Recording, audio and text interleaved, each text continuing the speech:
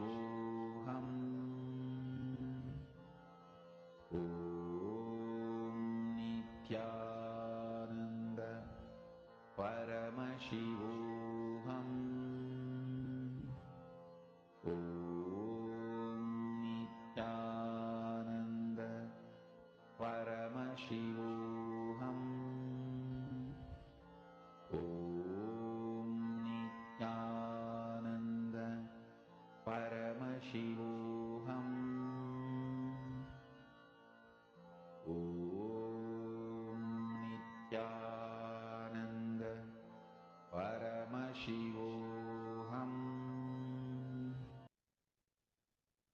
Now, start to wiggle your toes and your fingers.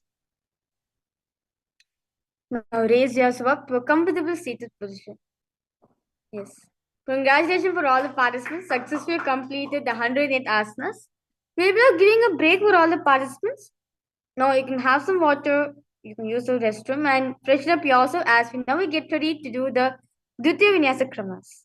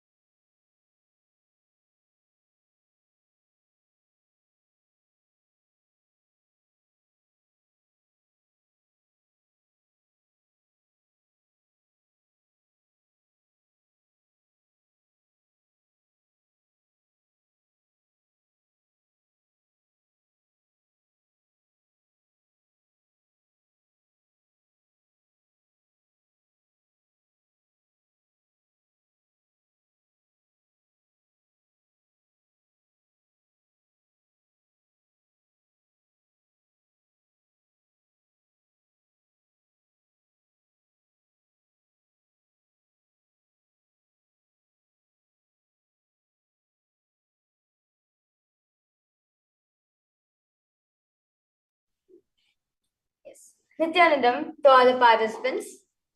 That was very wonderful. 108 asana sequence, all of us just went through.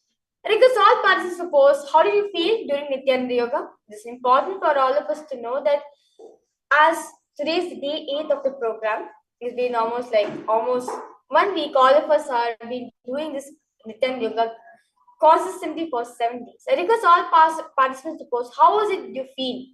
Did you experience a new breakthrough in the last 1 week? You felt a loss of lightness in your being. What is it that you feel exactly in your inner space? Request all participants to post in the chat section, and all the viewers also. I request you too also to post in the YouTube comment section. Be nice to hear from all of you. So, if you have any questions, any doubts you have, please feel free to post in the chat section. Our yoga acharyas will immediately reach out to you and help you in doing the asanas. So, if you have any, for example, if you have difficulty doing the balancing asanas, such as like the vrikshasana, which all of us just did, or the headstand, the sirsasana, if you need any help, please reach out to our yoga acharyas. They will be guiding you beautifully for you to experience the best of the Nithyananda Yoga. So now, let us now a quick recap of the 12 components which Swamiji has beautifully given out for all of us to experience the best of the Nithyananda Yoga. First is the asana. The different variation, combination of postures which we do for Nithyananda Yoga, the asanas, such as the Sukhasana, the first asana which we did, or the last asana which all of us just did just few minutes before, the Shivasana. All these are different posture which lets you to be in the state of Paramashiva. Basically, Sukhasana, meaning in that asana, there's the seat you're offering to Paramashiva for him to let through in. In Vrikshasana, in the tree pose, you are giving yourself to Paramashiva to let him flow through. So understand, asana also mean not just posture. They also mean a sacred seat. In that asana, you're saying, Paramashiva, come and sit on my being. Come and be in my inner space at this asana. So that is the asana. Next is the pranayama. The various breathing, systematic breathing techniques very beautifully revealed by Paramashiva in the Vedas and Agamas. All of us just went through the Brahmari Kumbhaka, where you inhale, you're making the buzzing sound like a bee, and you exhale.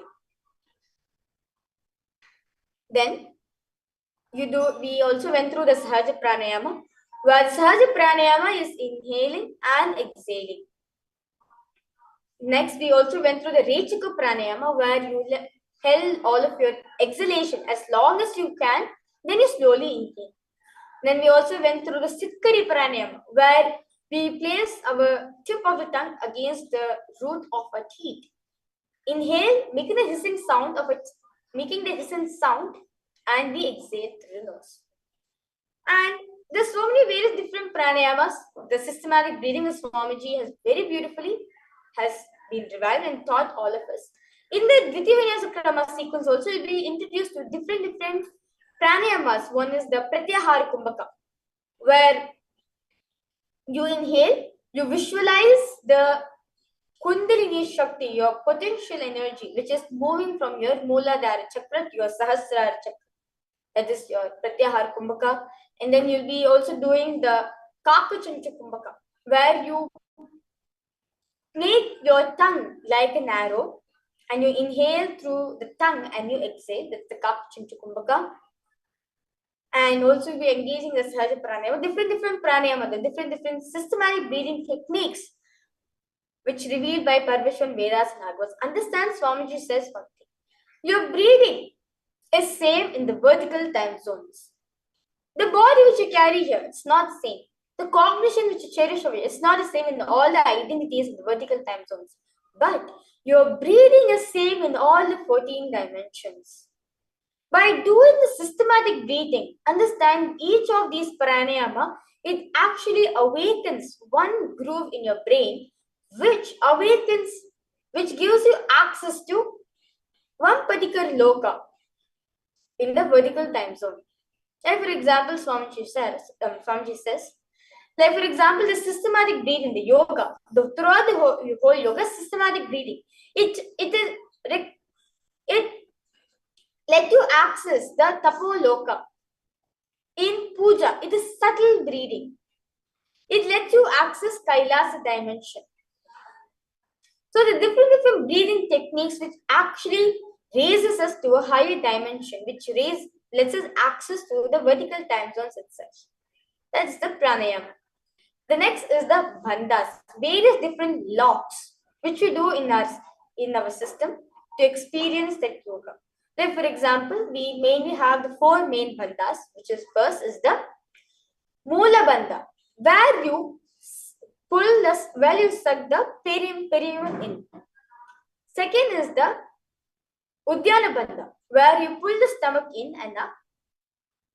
Third is the Jalandhara bandha, where you tucking the chin to your chest. Basically, you make a lock over here. And fourth is the Mahamudra bandha, where you do all these three bandhas at a time. Next is the mudras, the various hand postures, various hand positions. Like all of us went through the Bindu Mudra, where your index and thumb are touching each other. The Prana Mudra, where your index and your ring finger are holding the big toes. The Prana Mudra. The Vara Mudra, where your hands are facing downward. The Shambhavi Mudra, where your palm is cupped and there's a hollow in the palm. And also the Parisha Mudra, where your right hand is over the left. Sorry, your left is over your right hand is on top of your left in Parisha Mudra. And also we went through the Sarvavashankari Mudra, where we interlace the fingers outside in. And also we now be entering into new mudras, where we go the Samputa Mudra, where you place one palm over the other. So different hand postures, hand positions, Paramahansa very beautifully revealed in the Vedas and Atmas to experience the full benefit of the Nithyananda Yoga. The next is the visualizations. The specific visualizations for each of these asanas. Throughout the whole asanas, Swamiji will be Swamiji is to be visualized, and for specific asanas, there are specific visualizations to be visualized. At this point of time, the yogacharyas will be announcing, requesting all participants to visualize that. Otherwise, throughout the whole Nithyananda Pramas, you can visualize Swamiji in your inner space. Next is the japa, the recitation in your throat center. Understand, now your body is so subtle. During this moment of time, the vibrations which we create around you matters a lot. If you chant the Mahavakya and repeat this powerful japas, meaning the powerful recitation around you and within yourself, your frequency raises itself to higher frequency. Whereas during Nithyananda Yoga, let's say you play a sad music or you're living a sad environment, that is only going to get into your muscle memory and you're going to lower your frequency. So it is important during Nithyananda Yoga to repeat the japa within your system. You can also play the japa also outside of it, where throughout the whole Nithyananda Prama, we'll be having the Mahavakya, the Om Nithyananda Paramahansa japa throughout the whole Nithyananda Prama. And the next is the Abharana. The Abharana, meaning the jewelry you should wear when you're doing the Nithyananda Yoga. The jewelry should be worn is the Kantamala, the Kanta Rudraksha, which Swamiji is beautifully given for all the participants if you have initiated into the Shiva Diksha. Then the next is the weights. You can also use weights as an optional. During, like, for example, during the Utkatasana, you can also use weights if you're comfortable. If not, you can relax. You can relax yourself, not use the weights. And next is the pramanas. These Sanskrit pramanas which have been chanted. It also the mantras actually raises yourself to a higher frequency. So these are 12 components which Swamiji is very beautifully revealed. Because all participants, try your best. If you're not able to do it, no problem. You'll be able to do it as it is the 8th day of the program. So definitely all of you will be able to do all 12 components at a time. So you can do the asanas, then you can try doing the bandhas together, then you can slowly try doing the visualization, then slowly you can try doing the japa recitation. So you slowly be able to do the pranayamas, and then at one point of time during the whole sequence, you'll be able to do all 12 components at a time. So regards all participants, do not worry, do not give up on yourself. If you're not able to all 12 components at a time, try yourself. Try again and again and again. Only when you make these 12 components as a lifestyle for us, we are going to achieve, as Swamiji says, success only happens when it's a habit. Only when you make success as a lifestyle, you can experience it. So when you make these 12 components as a habit for you during the Nithyananda Yoga, you will see at the end of the program, you will be able to do all 12 components for all 308 asanas. So this is a quick recap of the 12 components which Swamiji very beautifully has prescribed for each of these asanas. Understand each of the asanas is designed personally by Swamiji to experience the fullest Paramashivoham, the oneness experience with Swamiji, with Paramashiva. All of us understood that yesterday, that only what we love, we manifest it. If you start loving yourself, start enjoying yourself as Paramashiva, you're going to manifest that only in your life. So with this beautiful recap all of us got, I request all participants and all the viewers to settle on your mats. We'll be now resuming back the Dvitiya Vinyasa Krama.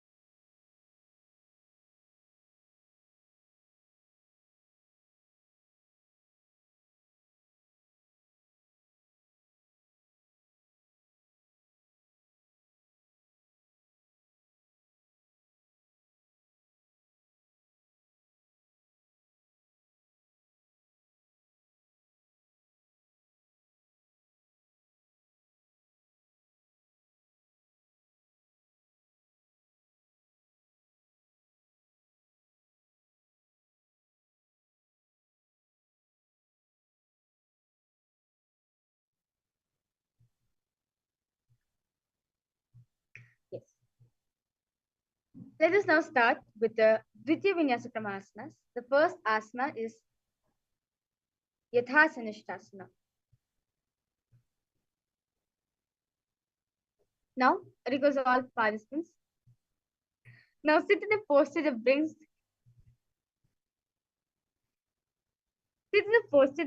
ease to your physical mental space.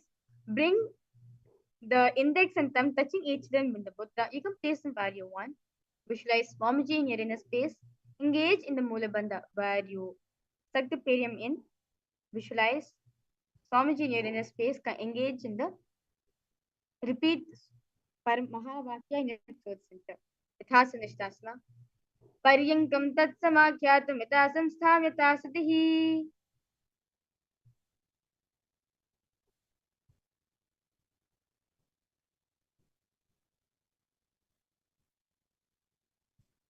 Next asana is Samasana. Now sit cross-legged, hands and knees with thumbs and index touching in the mudra. Take long deep inhalations and hold, then take prolonged inhalations and exhalations. Samasana. Nipidyassivin idaning garbhininaam yogabhyasayita laguhu shukhaprashavalabhaya prochute praktane. Next asana is Muktasana. Now place your left foot against the genital region. Place the right foot over top of the left. Now, hands facing downwards on top of the knees in Shami Mudra. Gaze at the nose. Visualize Swamiji in your inner space. Muktasana. Nipidya Sivanin Sukshmam Dakshinetara Gulpataha Vamam Yamena Gulphena Muktasadam Bhavet. The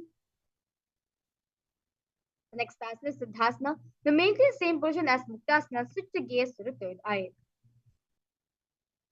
Sthanum Mama Chandriya Sridisha Pashim Bravarantaram Patan Mokshaka Pada Bera Janakam Siddhasanam Prochite. Next asana is Siddhyasana. To maintain the same position as Siddhasana, switch the gaze to the ground in front of you. Engage in all three bandhas. Siddhyasana. Vamapadi ki yedi jano sivan mita se kotano dachikeri padi dachapadi ki yedi jano medumati lagave soyi. Next asana is Mudrasana 2. Now keep the legs in the same position. Rotate the hands on top of the knees in the Bindu Mudra. Switch the gaze to the third eye. Visualize yourself as Lord Rudra in your inner space. वामचरण परे दक्षिण दाके एक जुगति असा विदा के वाम पगले माहिले core दक्षिण के जो बाहर ले bore. The next asana is Sankadhanasana. Remain in the same position as Rudrasana 2. Switch the gaze to the nose. Sankadhanasana. Asana Kogara Maliki Chanchalata Mitha. Next asana is Siddhasana 2. Maintain one heel on top of the other.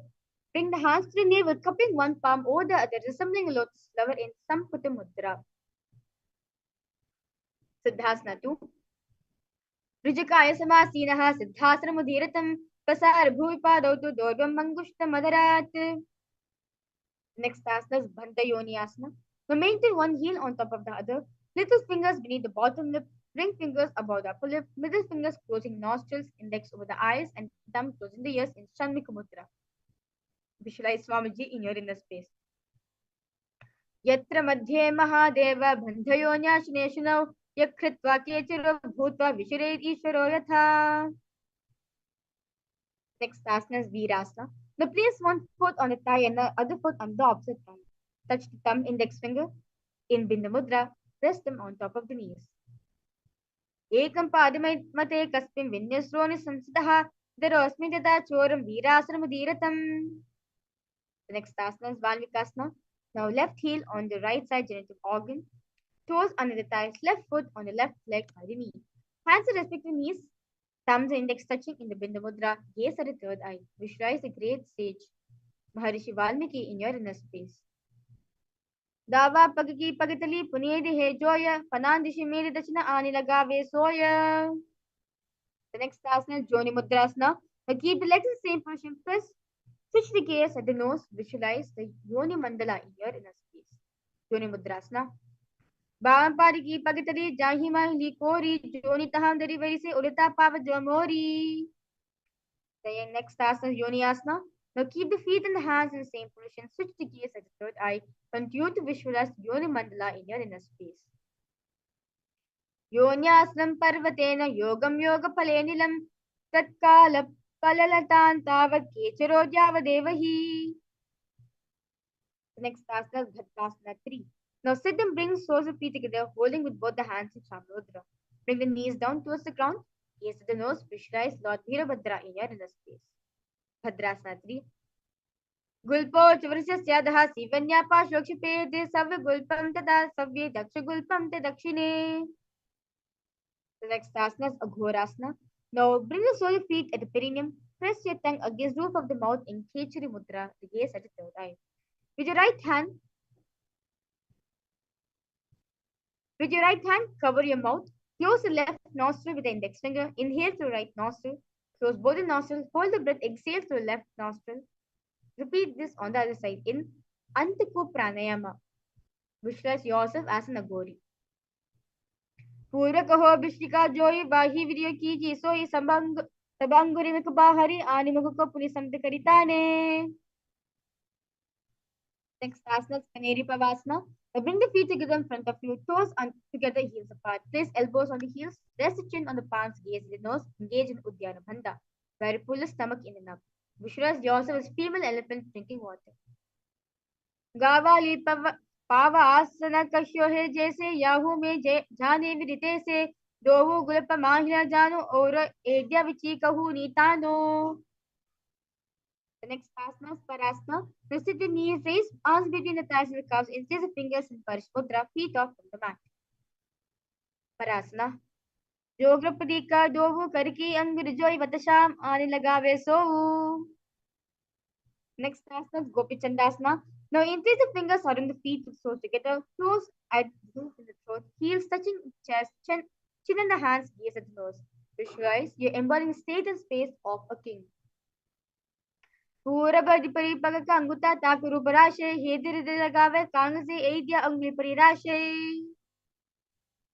Next asana is Udarasana. Now sit the soles of the feet together inside the hands underneath the legs, holding the feet with interlocked fingers. Bring the feet up to the chest. Bring the head down. Touch the chin to the soles. Gaze at the nose. Udarasana. दोवु पगतली संबुदताने उभे हस्त की उर्द हीठाने अंगुष्ठ दो समतहरावे चिबुका नीचे ताही लगावे. Next asana is Vishishtasana. Now sit the feet together, arms under the legs, gaze up the feet to the face, fingers interlock, palms over the forehead. Vishishtasana. दो पगते जोरी समत करे हाथ दो पग बीच आनी ताले कई बारे लिया कहूनिया महिली समधिराशे. Next asana is Bhujasana. Now from seated position, lift both the legs over top of the shoulders, bring the arms underneath the legs and up, increase the fingers around the back of the neck. Visualize yourself as a cobra. Bhujasana. Sirasanam tu vikyam kakshasanam tafparam jivasanam cha parvam bhujasanam vimochite. The next asana is Kalyanasana. To maintain seated posture, raise the legs up. Bring the elbows under the knees and wrap the arms around the back, palms left in Parishmudra, gaze at the nose. Visualize yourself as a beautiful, auspicious goddess in your inner space. Kalyanasana. दो हाथ बगाम नीचे आने तिनको गोदा नीचे ताने बहुरी पाकिता बहुरी लियावे पुनः युक्ति ऐसी का ठहरावे. The next asana is asana. Now with right knee on the mat, place right foot flat, place the perineum on the raised heel. Raise the left leg over top of the right. Bring the left heel to the right hip. Place hands on both the knees in charm in Vaishnavi Mudra. Visualize yourself as an elegant swan. Sankatasana. वामपादं च तेर्मूलं संन्यासधर्मीतले पाददण्डेन याम्येन वेष्टयेद् वामपादकम्. Next asana, Dhenukasana. Now from Sankatasana, slide the left heel to the left hip. Keep the right knee on top of the left. Place both the hands on the right knee. Visualize yourself up in your inner space. Dhenukasana. अनुसागे नगर पंचम विश्वम दगल्यम नीतया दगाली वांका पगल्य निधाय कुदू. Next asana is Machindrasana. The place right foot on the left side, place the left foot on the right knee. Bring the left hand behind the back, pull the right side, place the right hand on the left side. Body gaze at the third eye. Machindrasana. वाम झंग परिदशेतारे वामहस्ति पिष्टिश आनि बहुरोदशना पाद हे जोई ताकिनली जुपकारे सोई. The next asana is Machindrasana 2. Now remain in the same position, untwist and hold onto the respective big toes. Lean your forehead so it touches the ground. So Ankle should be touching the knees. Machindrasana 2. Pratama Jimano Charano Dujoy, Vama Janga Parira, Kesoi, Taki Diso Kadis, Taki Edi Kadiswa Lave, Bhurojikiti Parave. The next asana is Guru Asana. The main is the feet in same position. Increase the fingers place them on top of the knees. Guru Asana. Urmole Padasya Kanishka Pradesh, Gulpham Samstapidadeva, Janudirpada Pashi, Samstapitishi Hasto Sammilayet, Guru Asanam Bhavati. Let's now repeat Sankasana on the right side.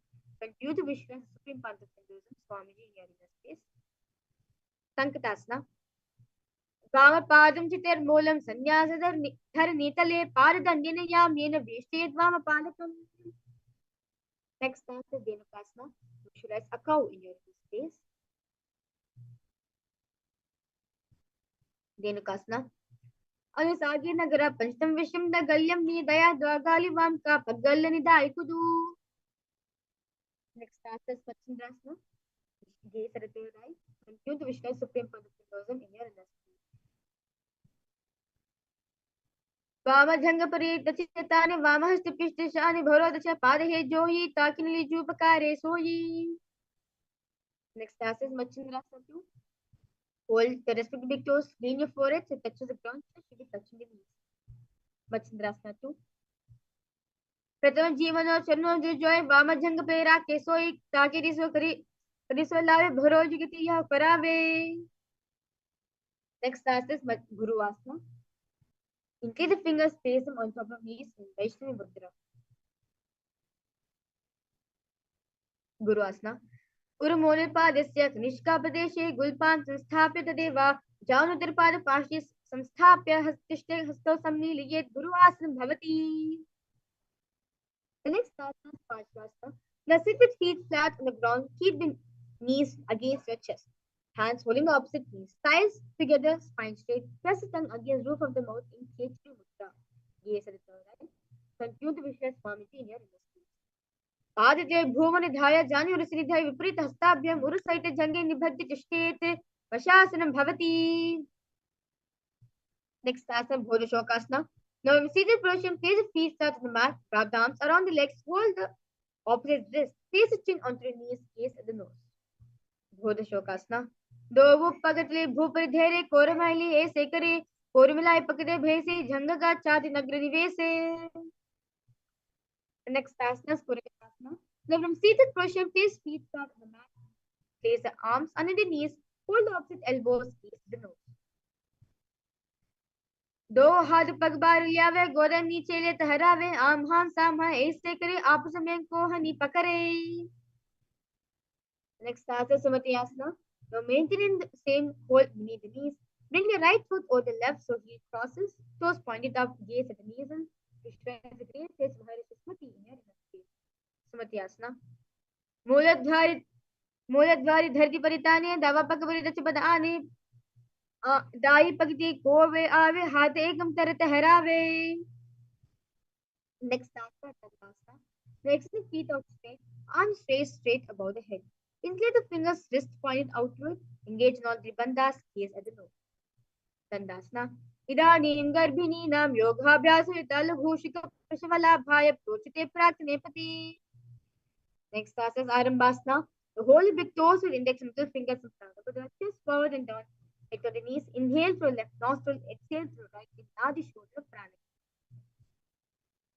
दो पग मिलावे पसारी पग का अंगूठा पग ढीला गोद लगावे. The next asana is Bidokasana. Now sit with legs straight, extend knees slightly up, one hand distance between the heels. Bring the shoulders down, wrap the hands around the legs. Hold the soles of the feet, gaze at the third eye. Bidokasana. प्रथम भय से दो पा पसारी कचिका ऊर्ध को कुरदोदारे एद्या मदी अंतर राकी मुद्रहता परमा सुदाजई. Next asana is Jalapavasana. Extend both the legs out with heels together. Place the chin, mouth, nose on the heels. Insert the hands below, keeping the elbows together on the ground along with fingers. Palms facing upwards, gaze at the nose. Surendri Pavasana. दो AD mail के दीजे हाथ पसारी उनिचुबका नासिका Tariq भूप्रधारी. Next asana is Urdhva Paschimottanasana. Now sit and extend both the legs out. Lift one foot behind the neck. Lean forward and down as in Paschimottanasana. We will now entering the Pratyahara Kumbhaka, where you visualize the prana is moving from your Muladhara Chakra to your Sahasrara Chakra. It's Pratyahara Kumbhaka. Pasmatanasam stham krita ekam padam grivan dritva dishtete urdhvasmatanam bhavati. The next task is Anantasana. Lay on the back, lift the right leg behind the neck. Left hand holds foot from the top. Straighten the body, gaze at the nose. Visualize Swamiji in your inner space. Anantasana. Uttan shiny ekam payam grivayam vinyasya. The next task is Ankushasana.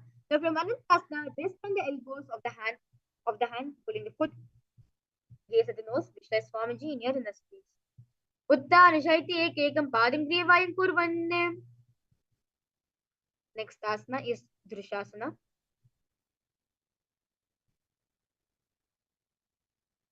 Lay down on the back, bring the knees to your chest, encircle your thighs and clasp the arms, fold to your left and your right. Drishasana. Uttan Shailan Jani Hridayavastamba Janga Saiturani Karadya Bhadra Savipa Savyam Lodagate Drishasanam Bhavati.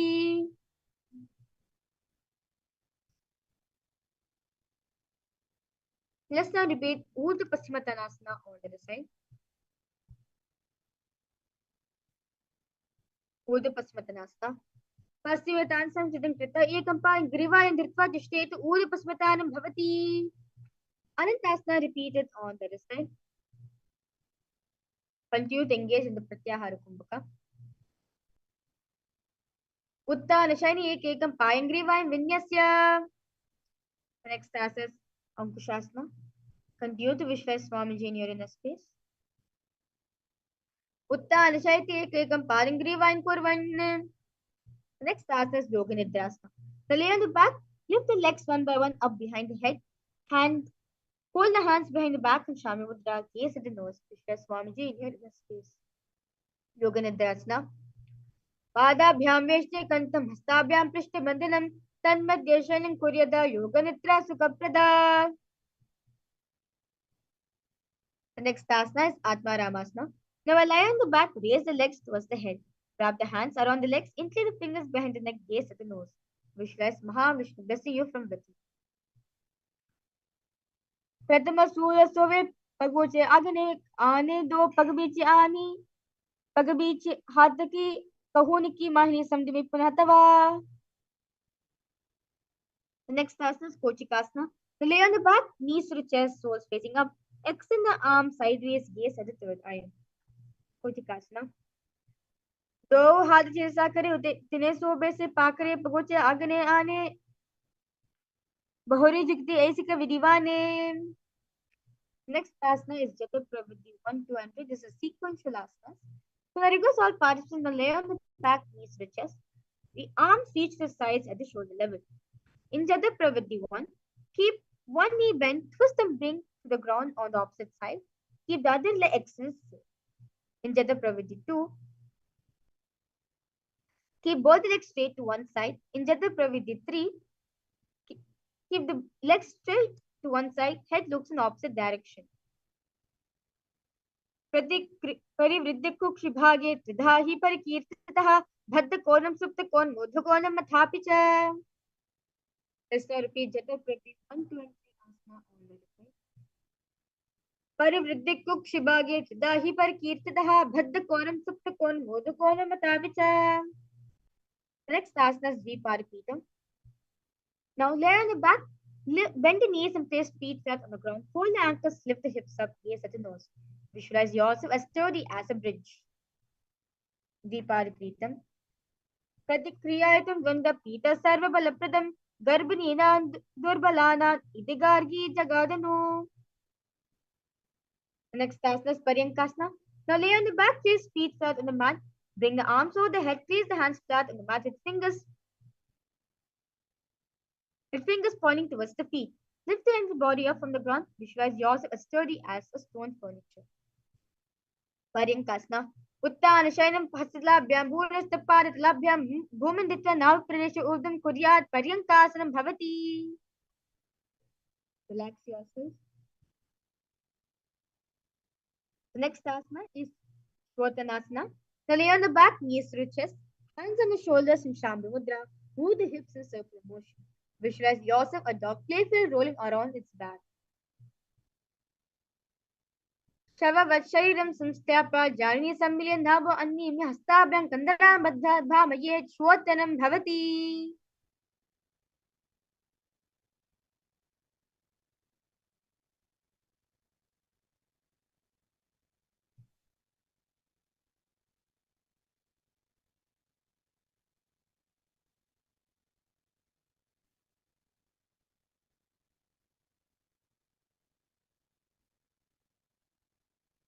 Now, next asana is Viparita Karini. Now lie supine, raise the hips and legs up. Elbows and hand extend on the mat below, helping to balance the body as leg raises up straight. If not, you can bring the hands to lower back for support if needed.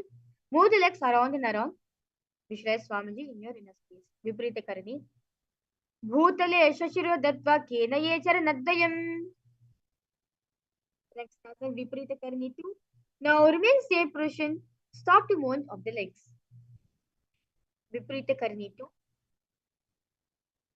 करणे विपरीताख्य सर्वादिव्यानाशिनी नित्यमभ्यासयुक्तस्य जातराग्निविवर्धनी. Next asana is Langalasana. Now lay on the back, lift the hips, take the feet over the head, toes on the floor. Hands stretch on the ground, palms clasped in Paramashivoham. Rest on the neck and the shoulders. Visualize yourself as a flow. Langalasana. नरके स्थित नासिका प्रदेश भुवनद्वार पृष्ठे स्थाप्य हस्त सम्मिल्य लाभं कुर्यात्. The next asana is Shayita Paschimottanasana. Lay on the back, legs over the head, toes pointing on the ground. Thighs to the chest, hold the toes, arms and legs are straight. Shayita Paschimottanasana. Time Shayita Kurvita, Shayita Paschimottanakam. Next asana is Supta Konasana. Now lay on the back, lift the legs, feet above the head, toes touch the ground, hold the toes, legs wide apart, hips over the shoulders. Supta Konasana. परिविग्धिकुक्षिभागे तदा हि परिकीर्तितः बद्धकोणं सुप्तकोणोदकोणमतापि च. Next asana, Chakrasana. Bring the legs over top of the head, toes on the ground, hold the ankles, keep the knees straight. Visualize yourself as a chakra, a wheel. Shavasana Palo Puryamasi Gafaro, Yukramita Shigrameta Sarvasya Sadhanam. The next asana is Supta Prasarita Padangushtasana. Relax yourself, lie on the back, legs vertical. Hold the big toes in the Pranamudra, open legs wide open. उत्तानपारं क्रौं चमचा मरीचिं वीरभद्रकं नटराजं त्रिकोणं च सुप्ताङ्गश्च प्रसारिणे. Let's now repeat. The next asana is Supta Padangushtasana. Now lay on the back, legs extend straight up, hold the big toes in Pranamudra.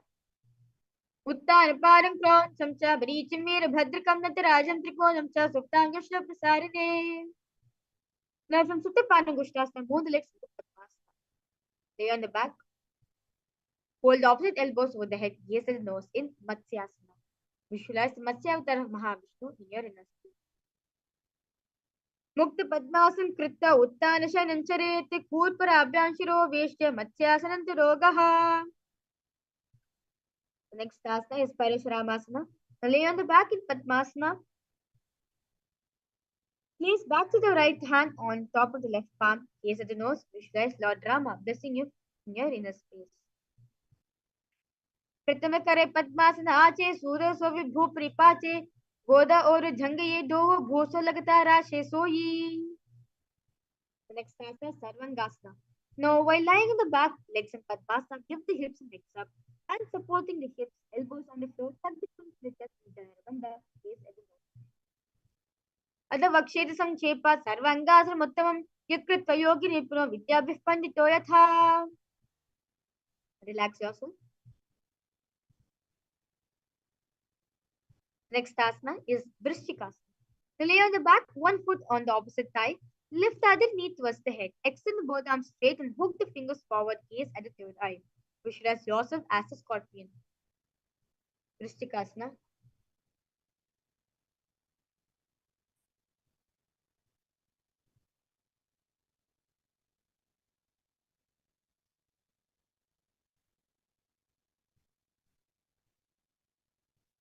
प्रथम शयन शीर्षके सन्धिशोधा के. Let's now repeat Vrishchikasana on the second. Continue to visualize yourself as a scorpion. Pratama Shaila Sudas Sishikesiki Sandhi Sudhake. The next asana is Vishwapadakshika. Lay on the back, interlace the fingers around the neck. Lift both the feet off from the ground. Extend one leg straight and other knee to the chest. Alternate extending and raising the knee again and again. Vishwapadakshikasana. उत्तानशयनं कृत्वा अनुलम्बिः कन्दरामध्वपूर्वं लिट्वमितं Ben भूमिं स्पृश्य एकं पादं प्रसार्य एकेन पादेन सव्यदक्षिणं भ्रामयित्वा विषुपादक्षेपः भवति. Next asana is Marotanasana. Now lay on the back, lift the legs one by one, touching the ears with the knees. Marotanasana. Shrotan sanstan krita janut paryena kanyasans sprishet marotanam bhavati. Next asana is Brikasana. Now lie on the back, place soles of the feet flat on the ground. Stand up, sit back down. Visualize yourself as a bull. Brikasana. अतः उत्तानशयनं कृत्वा पादतलाभ्यां भुङ्क्त्वा उत्तिष्ठेत् विकासनं भवति. Next asana is Luthasana. Now lay on the back, quickly throw the legs above the head, complete roll over, finish in prone position. Repeat this again and again. Continue to visualize Swamiji in your inner space. Luthasana. उत्तानशयनं पादशिलं गो भूमस्थापित्वा निजं योति निजं शयनं पृष्ठं भूमिधाय पुनः पर्येन कर्तव्यं लुतासनं भवति.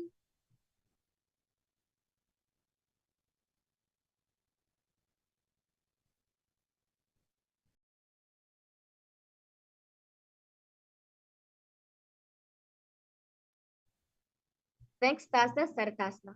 Now lay on your belly with toes extended, hands on the ground by the shoulders. Contracted lips make a sound like a flute, whistling while inhaling. Visualize yourself as a chariot, carrying the warriors into battle for dharma on your back. Nirjashayanam krita nabhyam bhuvanadhaya samvajyam bhumashtamma oshta nilimya venuvatsum krita tishtet Saratasana bhavati. The next asana is Dehal Ulanganasana. Place palms on the mat in plank position. Jump the legs forward and back between the arms. Hastadvam bhadvatan madhya sanadvang udaneva bahini atanaye deholyanganam bhavati. Next asana is Jatyasana. Now from starting position, bend forward and place hands on the mat. Walk front and back. Visualize yourself as a wise 60-year-old elephant in your inner space. Jatyasana.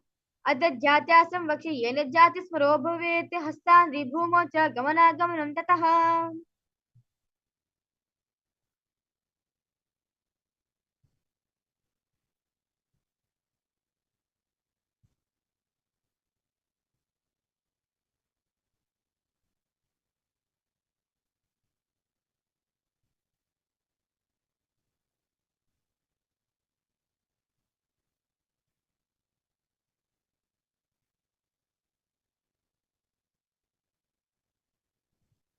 We will be now entering the first karana of the Dityavinyasa, which is the Lolitika karana. Now stand with knees bent, feet pointing outwards, bend the elbows and knees, keep the hands at the chest level. Shift and move the arms across the body, then bring it back to the center. Tilt the head back, open the chest up towards the sky, move the head in all directions in Lolitika karana.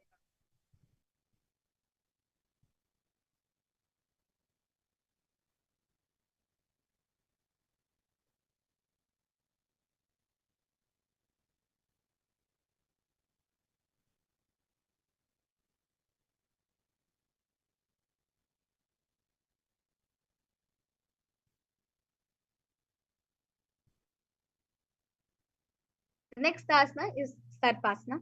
Now stand erect like a rod, arms at the side, hands touching the thighs in Shambhala Mudra. Visualize your Kundalini Devi raising and curling upwards around your body. Sarpasana. अतः सर्पासनं वक्षे वायुपानाय केवलं शरीरदण्डवत् तिष्ठेत् रजोबन्धस्थपादयोः. The next asana is Ushta Sadanasana. So while standing, place all fingers on the mat and stand on the feet into the fist. Begin to move, walk like a camel. Visualize yourself as a camel. मुष्टिकनिष्ठिका प्रदेशे भूमनिधाय उपरिपाल्य संस्थाप्य उष्ट्रवत् उष्ट्रसाधनं भवति. Next cycle Ashwasana remains same vision begin to move and walk like a horse as different sources like a horse. Ashwasana मुष्टिकनिष्ठिका प्रदेशे भूमनिधाय उपरिपाल्य संस्थाप्य अश्वशरीरं चलनीयम् अश्वासनं भवति. The next asana is Supporting. This time stay with feet together, incline the fingers behind the back and pull them down towards the palms. Open up with chest. Visualize yourself as soaring bird rising. Kapotniktasana. Padle bhumnadaya pishtibhagya hasto janga paryantam nitta kapotniktam bhavati.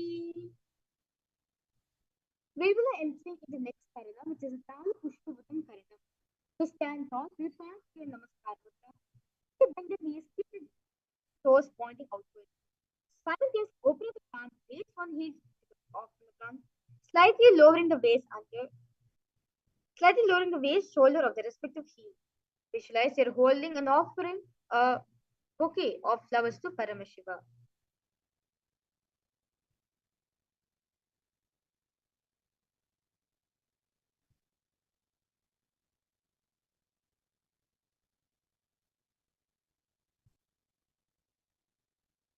The next asana is Khandhasana. Now lay on the stomach, jump the feet up towards the handstand, bring the palms together, forming a horn of a rhinoceros. Gaze at the nose, visualize yourself as a rhinoceros. Khadgasana. Nujya Saritamaspan Prataparat Lubyu Bhunastabut Tishtet Khadgasanam Bhavati. Next time, for all the participants, you can use weights as an option. If you want to use the weights, if not, you can continue. Sit, you can continue with the asana itself. Sit down all the way as low as you can to the ground. Stand up, do like this again and again. Gaze at the nose, share energy in your inner space. Uttanottanam. पुनः पुनुता तव्यम् असि तत्त्वम् इति उत्तरोत्थानं भवति. The next asana is Muslasana. Stand up straight, raise arms over the head, jump the feet and jump repeatedly. Visualize yourself as a maze. Musalasana. Saram sita urdham baham nayet bharavarmudanam krita nayet musalasanam bhavati.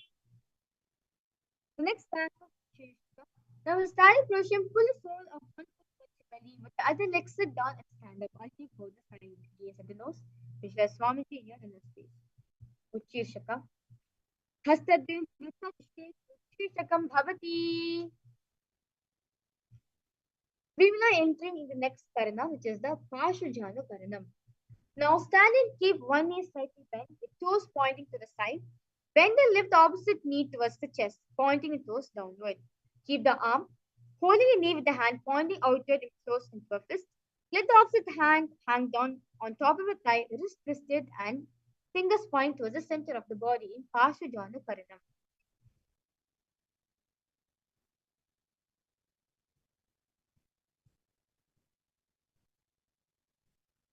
The next asana is Dandavasana. Now on the next, lower the body to the mat, then stand straight, lifting the raised leg to the opposite thigh. Visualize yourself fiercely dancing as Paramashiva. Dandavasana. Ekripasaatavyam Dandavasana bhavati. The next asana is Brahmanasana. Now place left foot on the inner right thigh and stand erect on the mat like a rod. Hand by the side in Swami Mudra. Visualize yourself being blessed by Lord Brahma.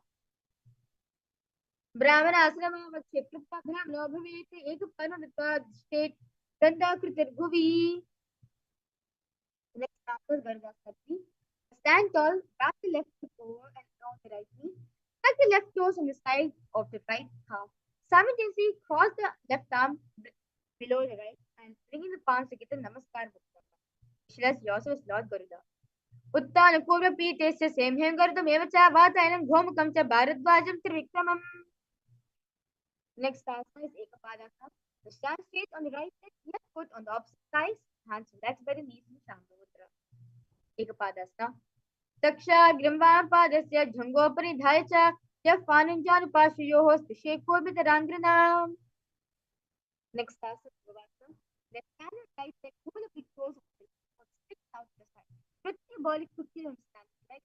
Visualize yourself as Lord Lord ध्रुवास्ता एकेन हस्तेन निरूपस्य एकस्य पादस्य धृत्वा इतरपादं भुवनदाय त्रयभ्रं कर्तव्यं ध्रुवासनं भवति. The next asana is Trivikramasana. They stand on the right leg, lift the left foot behind the neck and stand tall. Alternate between sitting and standing. Visualize Mahavishnu blessing him from within. Grivayam padam samstapya startavyam utatavyam Trivikramasana bhavati. Let's now repeat the Panchajana on the other side.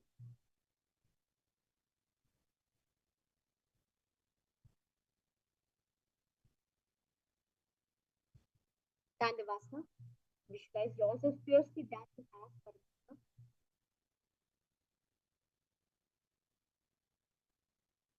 Ekripadan startavyam Dandavasana bhavati. Next asana Brahmanasana. Visualize Lord Brahma blessing you from within. Brahmanasana vachitadva brahmano bhaveti. Ego paranatya tishtedanda kritirbhuvi. The next asana is Garudasana 3. Visualize Lord Garuda in your space.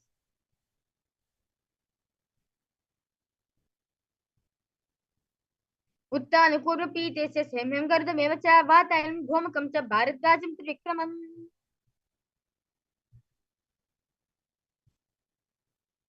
The next asana is Ekapadasana. Visualize Swamiji in your inner space.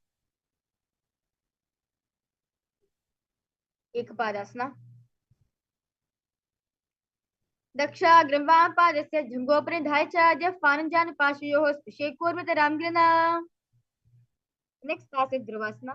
Visualize North Pole. Visualize yourself as North Pole star.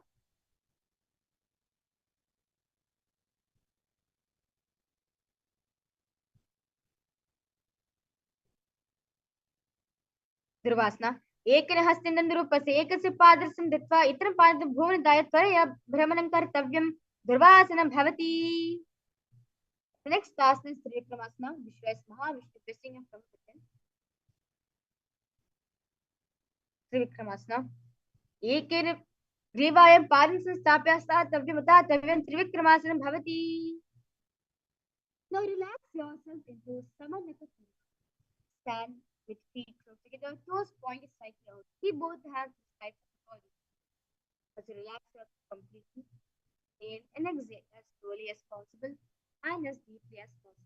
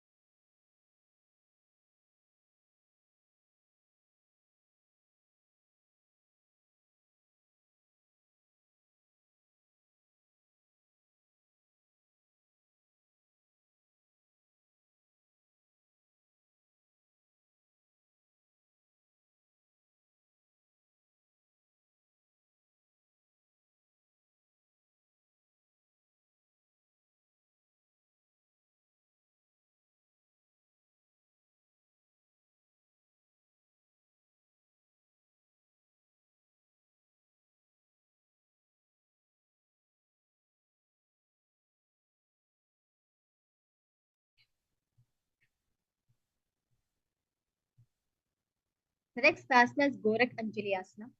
Now stand erect and bend forward. Bring both hands underneath the knees. Make a finger lock. Sit in a squatting position. Let the finger lock touch the navel. Visualize great sage Goraknatha in your inner space. Gorak Anjali Asana. प्रथम ही वे होय बहुरे नीचे पुनि होय दो कर दो झंगका मदीनी की विधि पहुंचे.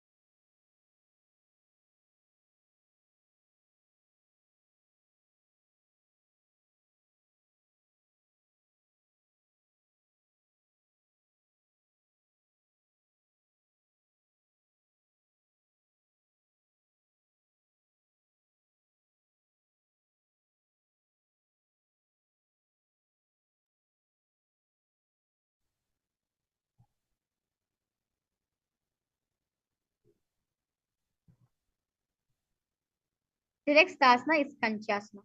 Now insert the hands between the thighs and the calves, then wrap around behind the butt. Squat down, hold the hands behind, and keep the chest upright in Parashmudra. Visualize Swamiji in your inner space. Kanchasana.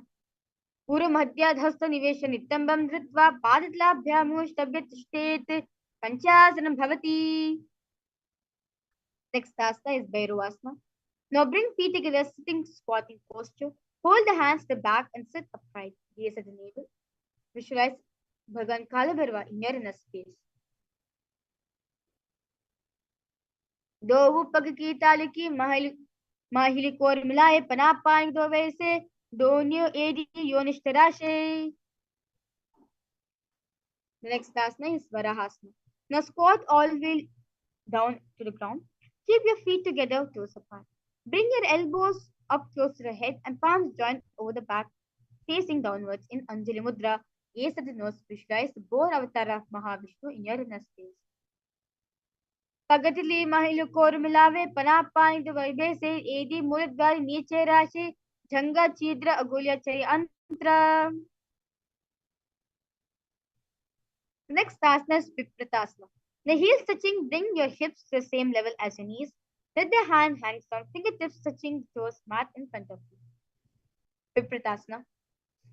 अतः उत्तासना नानी पार्श्वद्वा सम्मिल्य स्थित्वा नितं जन प्रदेशे अन्येन्याचेत् प्रियासनं भवति.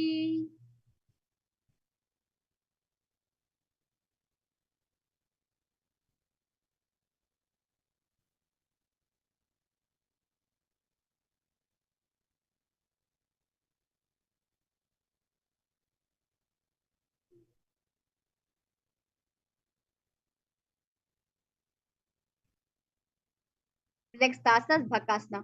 Now place hands on the mat with fingers wide. Place your knees on back of the arms, eyes forward and down. Visualize yourself as a crow. Bhakasana. हस्ताभ्यामनिस्तम्भ्य जालद्वन्नाभसम्मिल्य जङ्घोरिणी संस्थापित स्थिते Bhakasanam bhavati. Next asana is Shushtanga Kapalyasana. Kneel down, head on the ground, palms spread for support. Raise the body and the head, legs into Padmasana. Visualize Swamiji in your inner space, gaze at the nose. Shushtanga Kapalyasana. Asana Kaugana Kapala Jai Hoyi. Relax yourself. The next asana is Guptasana. Now keep toes flat, touching the opposite feet. Sit down between the heels. Let the heels come outside your hips. Hands on your knees, sit straight, gaze at the nose. Visualize you're sitting in a secret seat with Paramashiva and your Guru. Jano vorantare pada kritva pado ch gopayete pado paricha sanstapya gutam guptasanam viduhu. The next asana is Vrikshasana 2. Now, hands on the ground, fingers wide. Lift the body up straight. Visualize you are a tree with deep roots into your ground. Vrikshasana 2. सप्त चक्षुक्षालनाय विक्षासन शशिकांजन वेदादाज कोन भेदांतम अभ्यसेत. Next as a Shivasana. Remain still position. Switch the gaze at the nose. दो पग जोड़ी मही गुलपा मही ube होए दो हाथ जोड़ी समत करे. Relax yourself now. Relax yourself.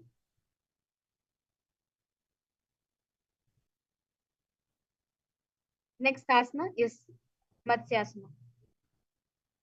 Come from Bakasana. Jump the legs back onto the hands and the feet. Palms by the chest. Body press off from the mat. Push the body up, down and again. As you visualize yourself as a fish, you're doing a push-ups. Matsyasana 2. Lyujjam sharan kurpura pashabhagam mudra kritya hastalabhyamushtabhya varam varudan kuryat Matsyasanam bhavati.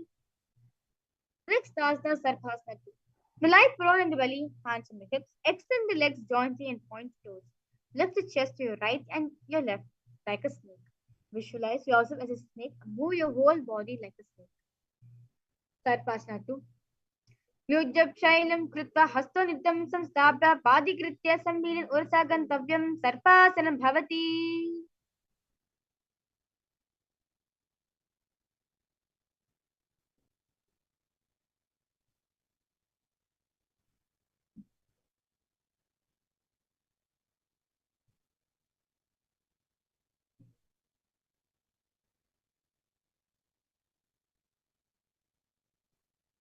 Next asana is Niralambanasana.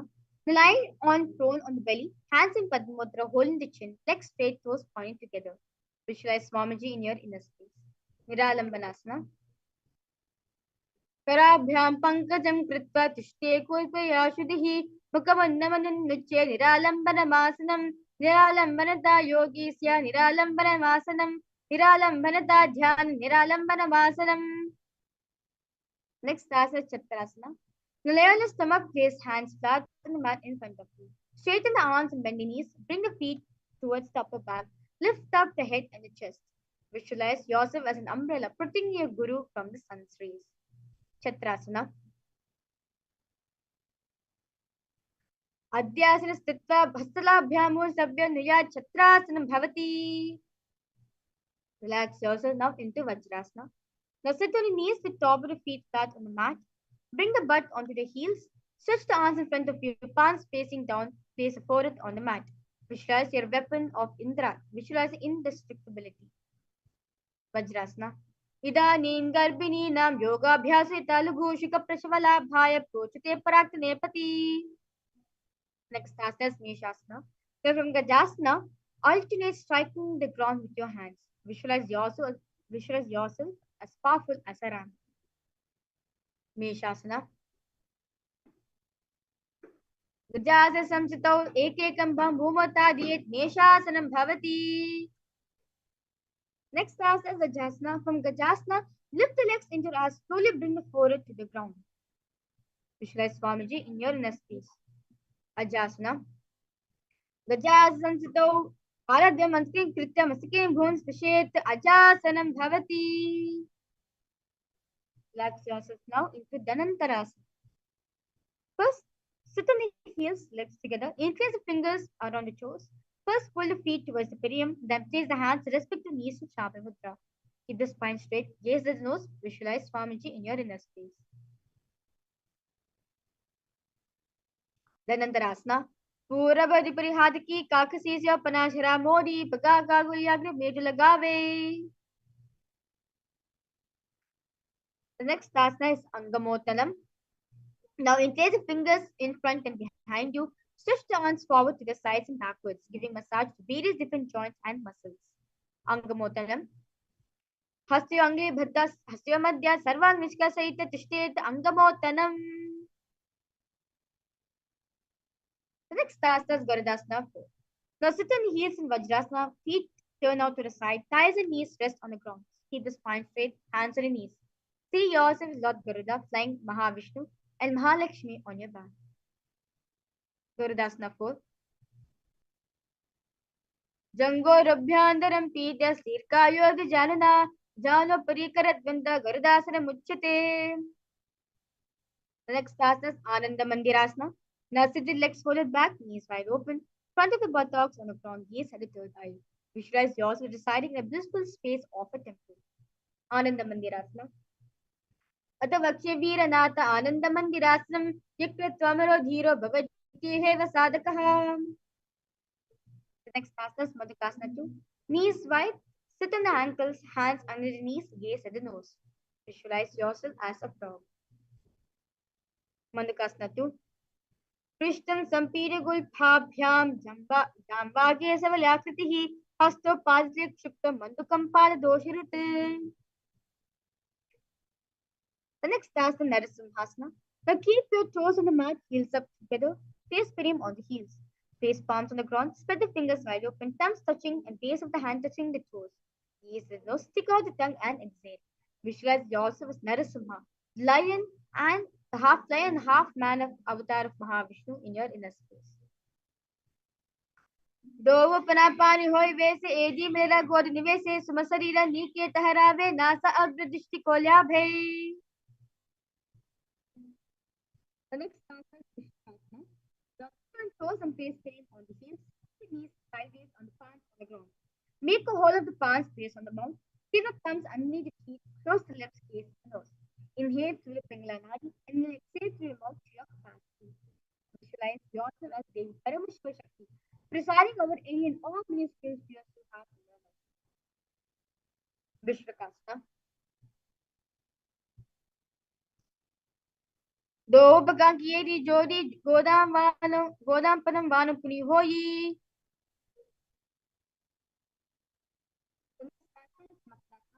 So fourth spirit probably feet on the ground, sit on the heels, bend the elbows, putting your fingers to your armpits. Imitate as the monkeys up to the base of the third eye. दो पगटे संपदा आने तिनकी बिष्टि भूम परिथाने मूलद्वार एद्याम परिल्यावे बोधा हत उच्चत हरावे.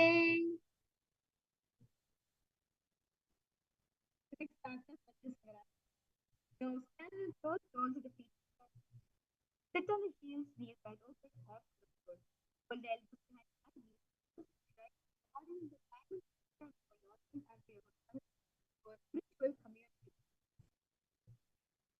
प्रथम पनापानी होई वैसे दो एरी गुनानी वैसे गोद ऊपर राके तीर आधे वाय पसारे धीर.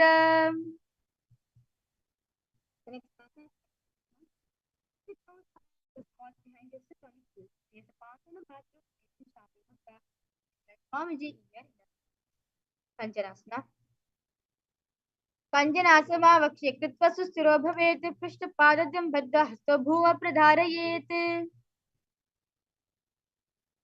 Next asana is Purvasana. Now with toes back, cross the feet and place frame on back of the heels. Keep the knees wide and on the floor. Press the hands to the knees. Visualize a turtle, a stable body and mind living for hundreds of years. Purvasana. Gulbo chivarasya syado yikravila samahitau. Rijikasho griva Purvasana tirtama.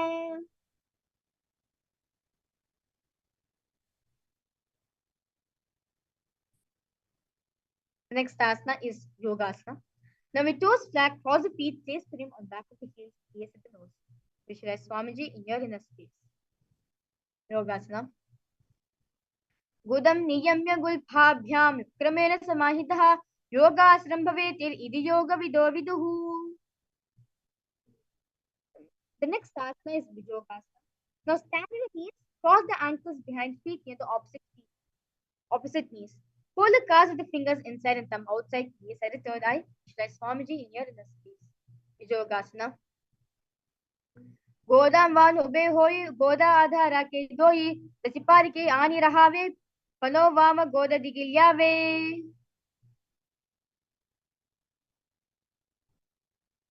Next asana is Ushtrasana 2.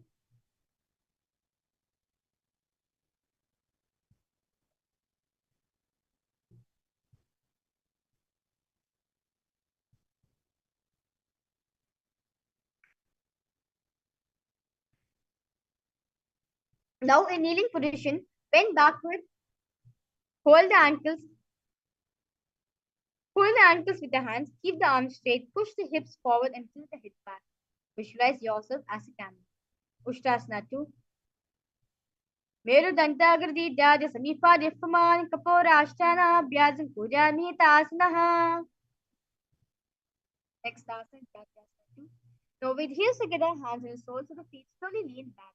Bring elbows down to the mat, face back of the head on the mat, gaze at the knees. Experience yourself as lotus blooming, gaze at the nose.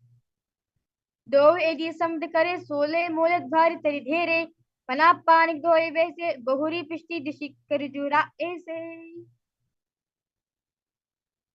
The next asana is Viratasana.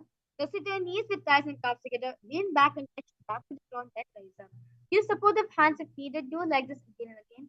Visualize yourself as Swamiji, gaze at the nose. Viratasana. वो झंगाप्ति भुव निधाया झंगाधर्यो उर्नि संस्थाप्य पृष्ठीवासं वारंवार स्पृशेत विरतासनं भवति. The next asana is Kapotasana. Now from Viratasana, raise the hips higher, bring the forearms on the mat, hold your back to the heels, bring the head in between the feet. Visualize yourself as a beautiful dove. Kapotasana. मेरुदण्डाग्रदि द्याज समीपादिफमान कपोराष्टानसनाभ्यासं कुर्यामि तासनः. Relax yourself now.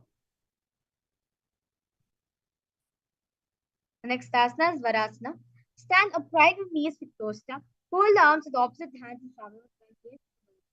Visualize Your boon, visualize you're receiving a boon from Paramashiva. Varasana. जाने भूम संस्थाप्य हस्ताभ्यां बहु परस्परं वृत्तासरं तिष्ठेत् वरासनं भवति. The next asana is Varahasana. Now keep knees together, toes stuck, lean forward and bring elbows to the mat.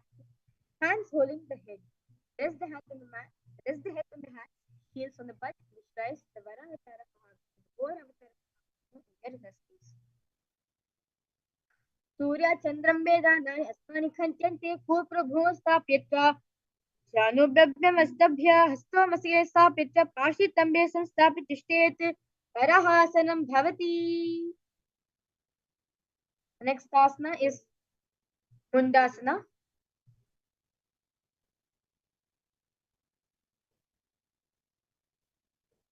Kneel down, face crown of the head on the mat, between encased fingers. Elbows on the mat, shoulders width apart. Lift the knees up and hips high. Raise the body upside down. Visualize yourself as a lob tree, base at the nose. Mundasana. Adho Mundasana Vakshe Sarvesham Payanam Sukham Udhamarge Pare Dhattva Daren Marutan Siddhihi. Relax yourself. The next asana is Anudhasana. Kneel the head between the knees.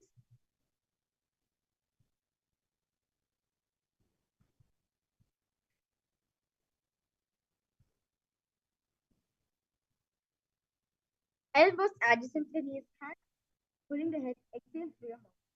Gaze at the nose. Visualize Swamiji in your inner space. Andasana. प्रथम पगत्वे समतहरावे korma हुली ube मिलावे पना पानी तोय वैसे दो AD गुड़ा निवेसे. The next also Viparita Shalabhasana. Now lay on the belly, arms extended straight out. Lift the thighs and arms chest off the ground. Visualize yourself as a locust. Viparita Shalabhasana. Shalabhasana be dasya nadu berunda namake gandha berunda sahite Shrisadandasana tatha. Next asana is Kapalasana. Now lie on the belly, arms to the side, palms down. Keep your forehead on the ground, keep your chest on the mat, lift the legs up together. Visualize yourself as a skull representing the mind with deep thoughts and strong will to attain enlightenment. Kapalam bhumana dhaya udapala naye kapalasanam bhavati. The next asana is Akashakapotasana. Now lie on the stomach, hands by the side. Lift the legs up over the head. Slowly place the feet on the mat in front of the head. Keep the palms flat on the mat behind. Visualize yourself as a free and open dove. Akashakapotasana.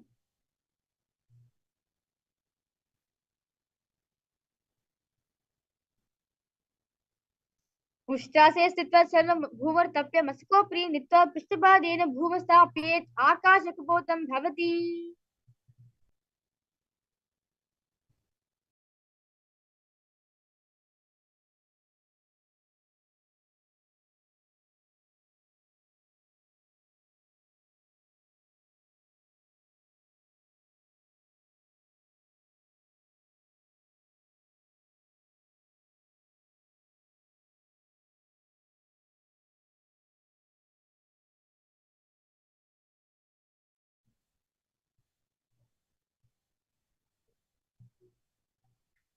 The next asana is Chatakasana. Sit in the knees, bring your chest down so navel touches the knees. Keep the hands flat on the mat, forearms on the ground, knees sturdy. Visualize yourself as a sparrow. Chatakasana. पूर्वपर्यन्त हस्तो जरावस्तभ्य जानी नाभो संकुचित श्वेतं Chatakasana bhavati. Next asana is Vrishtikasana 2. Kneel down, hands and elbows on the mat. Raise the legs, bend back, touch the feet on the head. Lift the chin and hold. Stretch yourself as a scorpion. Vrishtikasana. Vrishtiva pucha parimagri pashni ditva shishire chipukam vidayako. Itriri shantasti sadhikastra vishwasvim. Vrishtikas sanyamasanam. Relax yourself now. Next asana is Vrishasana.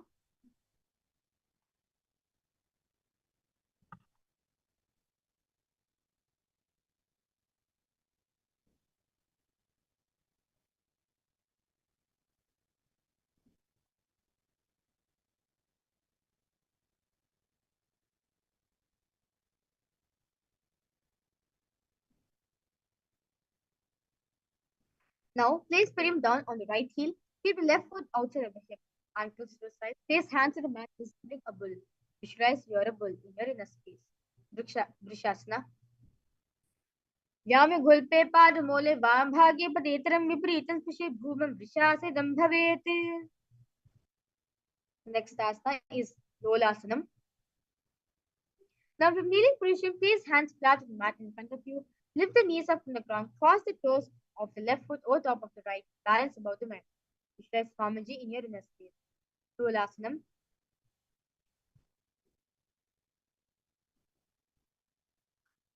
Lolasansta Kuryat Vayu Lola Pagatanat. Sthira Vayu Pradeshena Sthiracheta Bhavedrutam. Let's now repeat Vrishasana on the other side. Visualize yourself a bull.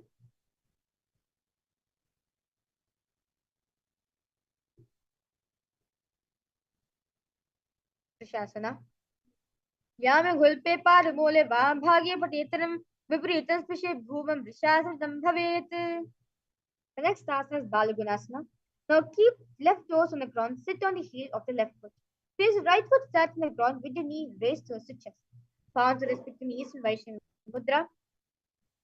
Maintain an upright position. Visualize Balagunehi, one of the 84 siddhas in your inner space. Balagunasana. The next asana is Grahasana. Squat your feet flat on the mat, bend elbows and thighs, wrap the hands around the shin. Hold onto the ankles from the outside. Visualize yourself as the entire planet point. Grahasana. पादते Bhoom संस्थाप्य जानुमध्य करो फूटपुरो संस्थाप्य हस्ताभ्यां गुल्पप्रदेशे यथा तिष्ठेत् ग्रहासनं भवति. Let's now repeat Balagunasana on the side. As a side, Balagunehi on 84 siddhas in your inner space. Asana Kaugana Jalpika Rajayi. The next asana is Utkatasana. A squat and pose with heels up, knees up on the mat. Take the frame on the heels and hands on the respective knees. Keep the spine upright. As Swamiji in your inner space. In this asana, weights are Yujasti yata urvajana yatrasne padlo puri.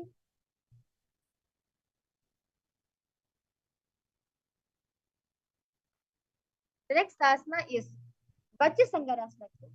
Now sit and pose perium on the right heel. Sit and pose perium on the heels, soles together. The knees wide and off on the ground. Hold the opposite elbows behind the back in Shamya Mudra. Shri Swamiji in your inner space. Vajrasangarasana. प्रथम पनापानी होय जैसे दो यदि गुना निवेसे गोदो उभे राके तीये आरे वाय पसारे धीर.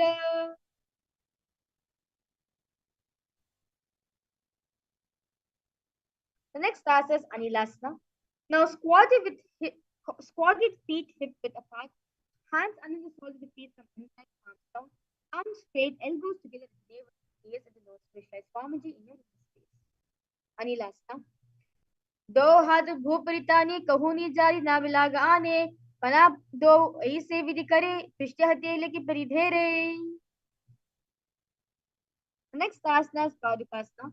Now place back of the hands on the mat with fingers facing towards the body. Step feet on top of the hands wrapped around the feet like a shoe and walk around. Visualize you're wearing the Padukas walking across the length and breadth of India. Paudukasana. हास्य पादि कृत्वा तिष्ठे गच्छेत् पादुकासनं भवति.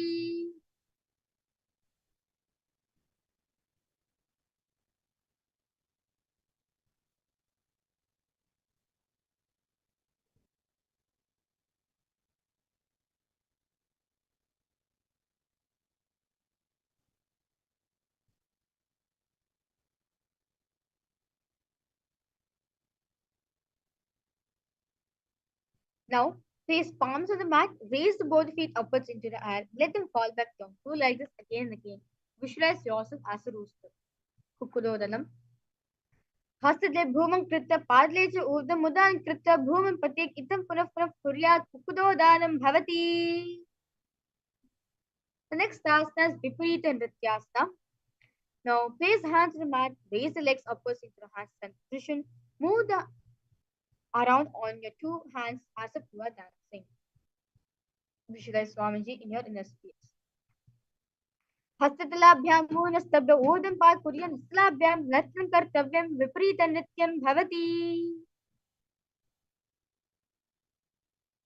Next asana is Kunjarasana. Simply the feet face palms, one palm down and on the mat with arms straight. Bring the opposite hand to the head. Be stable. Kunjarasana. अदवक्षे Mahadev कुञ्जरासनमुत्तमं करनेकेन पादाभ्यां भूमोचिष्टे शिरः करः. Let's now repeat Kunjarasana on the other side. Kunjarasana. अदवक्षे Mahadev कुञ्जरासनमुत्तमं करनेकेन पादाभ्यां भूमोचिष्टे शिरः करः. Next asana is Kadambhasana. To sit in the ground with feet, pat and heels close to the body. Hold the respective ankles, lift the feet up from the ground. Visualize yourself as a Kadamba tree, a pious tree that promotes a long life. पार्श्वेभ्यां भूयस्तभ्यः हस्तद्वयं गुल्पो धृत्वा तिष्ठे गच्छे तिष्ठेत् कदम्बं भवति.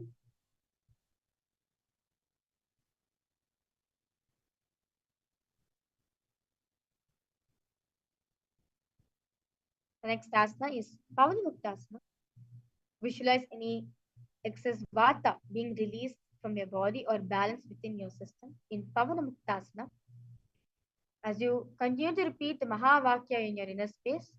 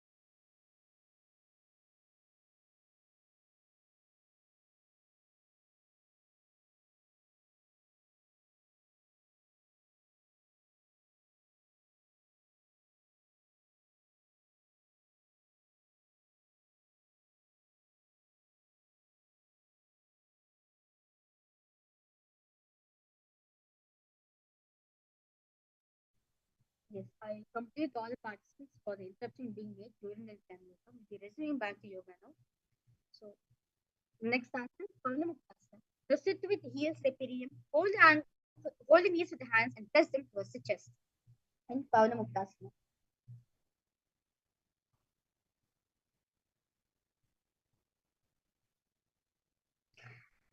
द्वयोस्तु पादयोः पाणि नात्वा शस्त्रे तम्बके जानि वक्षसि साधु बभ्रादि करबन्धनैः. Next answer is Purasana. Now sit and lift one leg behind the head. Place both the hands flat on the mat. Place an opposite leg up with the knees straight. Lift the entire body off from the ground. Keep the chin up. Visualize yourself as a powerful source of energy. Gaze at the third eye. पूर्वाधनं च दुष्पादपीतं वज्रासनं तथा चकोरक्रौञ्चशलभा भुजङ्गामपि वृश्चिकम्. The next asana, Dhanurasana 2. Now sitting on the ground, hold the left toes with the left hand index middle fingers. Pull the foot to the left ear. Extend the right leg out, keeping it straight. Hold the big toe with the right hand. Visualize yourself as a bow. Dhanurasana 2. पाणिभ्यां गृहीत्वा श्रवणावधि निराकर्षकाकृष्टं धनुरासनमीरितम्. Now lift one leg over top of the left shoulder. Bring your right foot across and hold and hook on top of the left foot. Lean forward and down while extend the leg out to the left. Lift up the head and the chest. Find the balance. Press yourself at the time frame. Ashtavakrasana. वाशिष्ठमर्कोण्डिन्यम् उदकुक्तमेव च अष्टावक्रमदोत्तानमयूरं सेतुबन्धनम्. Next asana is Pranasana. Now sit. Place the right foot on the left thigh and bring the left foot flat on the ground. Have the left shoulder underneath your raised left leg and place the hands flat on the ground. Gaze at the nose, gaze at the third eye, visualize Swamiji in your left face. एत प्रभेद वक्ष्यामि करोति च चामरः एकपारुणद्वास्कन्येन पादरक्षणम्. The next asana is Paramashivoham. Place your right foot at the root of the left thigh, then the left leg by the side of the right knee. Hold the left leg by your right hand and twist the body and remain sturdy. Visualize Paramashivoham in your left face. Vamormoolarpridakshapado janodbharivesh dakshadoshana. Let's repeat Purasana on the other side. Visualize yourself as a powerful source of energy and gaze at the third eye. Purasana. पूर्वातिथं चतुष्पादपीतं वज्रासनं तथा चकोरक्रौञ्चशलभा भुजङ्गामपि वृश्चिकम्. Next asana, Dhanurasana 2. Visualize yourself as the bow.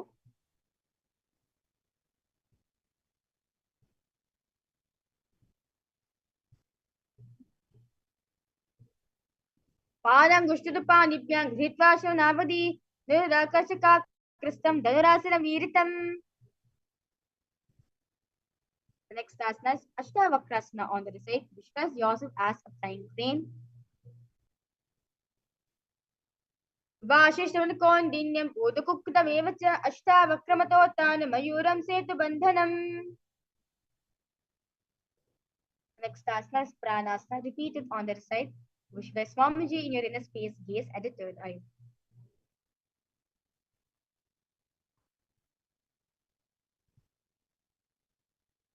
एतत् प्रभेदं वक्ष्यामि करोति स चामरः एकपारु नत्वा स्कन्देन पादरक्षणम्. The next asana is Paramashivoham on the other side. Now you visualize the great sage Paschendranath on your inner space. वामोर्मूलर्पिरदक्षपादो जाह्नोर्बहिर्वेश दक्षदोषिणा. Next asana is Ardha Paschimottanasana. Now keep one leg straight and press the perineum with the other heel. Chest forward and down. Hold your toes, feet, and bring the forehead towards the knee in Ardha Paschimottanasana. Ekam padam prasar ekam padasya pashtina sivane sampirahastate प्रसारित पारंगुष्टं धृत्वा जानप्रियमस्तकं नयेत् अर्धपश्चिमतानं भवति. Next asana is Kaunchasana. Repeat. The next asana is Kaunchasana. Visualize yourself as a crane.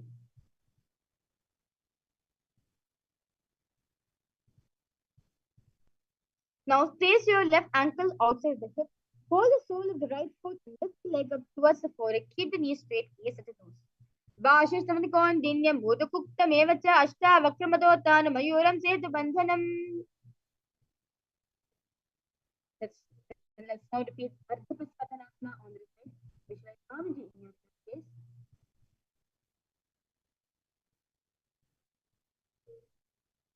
एकं पादं प्रसार एकं पादस्य पार्श्वे सीवने सम्पीड्य हस्तद्वयेन प्रसरित पादङ्गुष्ठं नृत्वा जादुपुरी मस्तकं नये न्यसेत् अर्धपश्चिमतानं भवति.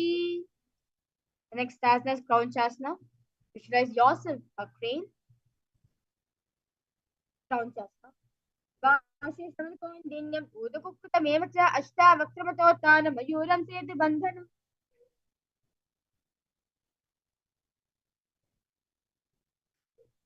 The next asana is Swastikasana.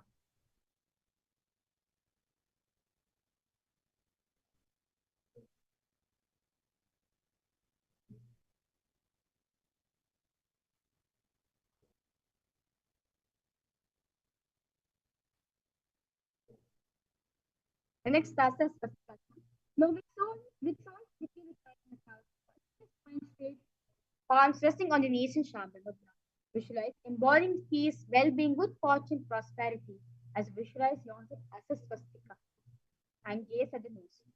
Jana varante samyak tapadite ubhe vijikaya samasinaha swastikam tapshite. Next asana is Gorakshasana. Now keep the feet in the same position. Keep the heels with the respective hands. Sitting to the chest, Bandha, gaze at the tip of the nose. Visualize the grace face Goraknatha in your inner space. जानो वोरंतरि पाद भुक्तानो व्यक्ति संस्थितो गुल्पो चाचाति हस्ताभ्यां उत्तनाभ्यां प्रयत्नतः. Next asana is Bhagasana 2. Now bring left heel to the perineum, right foot on your left thigh. Close your eyes with the index finger, nose with the middle finger, yes, with the gaze at the third eye, meditate on the Arihanta. Visualize Swamiji in your inner space. Bhagasana. भाव पाष्टग संस्थाप्य दक्षाग्रं वाम जंगने मध्य दर्घी जंग Kushte NASA दृष्टि श्रुति परमैः.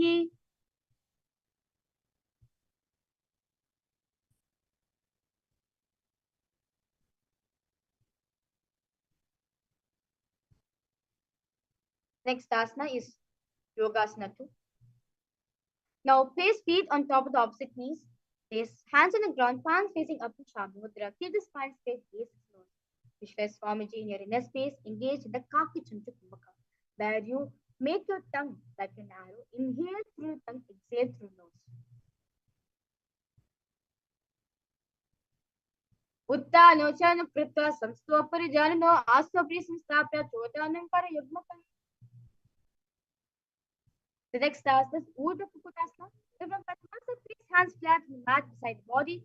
Press the hands into the mat, lift the knees off the ground, balance above the ground. Visualize yourself as a rose. Vashishtana Kondinyam Udukukutamevacha Ashta Vakramatotana Mayuram Setu Bandhanam. The next asana is Siddha Haritariyasana. From Padmasana, lift both the hands through the face and place them on the back. Oh, do not lift the body. Stay on the mat, gaze to the nose. Swamiji in your inner space. Continue to engage in the Kakachan Kumbhaka. प्रथम पद्मा से को करे हस्ततो गोद संविधेरे ube हथेली भूदे राखे कोहचा गोद संधि में दाखे.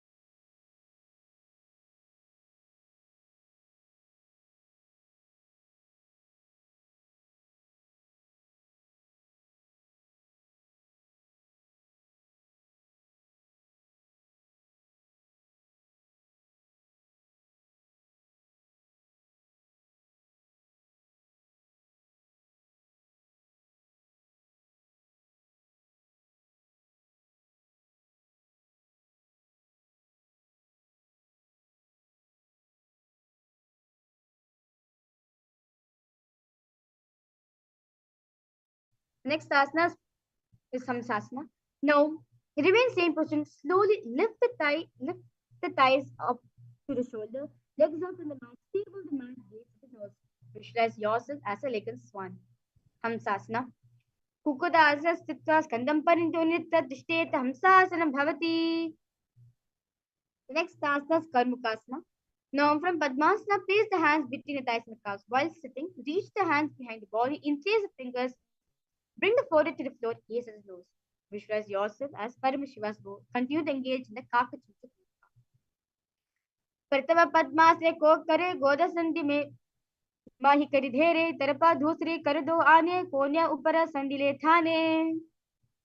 Next asana is Kurmasana 2. From Padmasana, insert both the hands to the thighs and the calf. Bend the elbows, hold the respective shoulders with the hands. Visualize you're a turtle, a stable body and mind to live for hundreds of years. Kurmasana 2. Bhami जंग पर रचना पावा दहिनी जंग पर बा मिल्यावा पहल्या अंसग्राले हता. Next asana, remain same position. Bend the elbows down, bend the head down, touch the chin to the chest, gaze at the nose. Rejoice knowing you are sitting with Paramashiva's secret north posture. अथ वक्षे नीलकंठ बृहन्ति वेदाश्रम शुभम ज्ञात्वा रुद्रोपविक्षिप्तं सूक्ष्मवायुनिश्चेवनात्. Next asana is Uttana Kurmasana. Now from Padmasana, insert both hands to thighs and the calves. Lay on the back, bend the elbows, hold the respective shoulders with the hands. Uttana Kurmasana. Kukurasam dasam kalabhyantara kandaram pitam kurmaduttana metaduttana kurmakam. Next asana is Pangukutasana. Now from Padmasana, place both hands to a gap for thighs and calves. Place one hand flat on the mat, hold its wrist with the other hand, lift the body up and hold. Visualize yourself as a rooster. कुक्कुदासवच्चित्त एकिरहस्तेन अन्यस्य मणिबद्धं धृतहस्तलेन भूमिस्तभ्य तिष्ठे पंगुकुदं भवति. Let's now repeat Pangu Kukudasana on the side. Continue to engage in Kagachuka.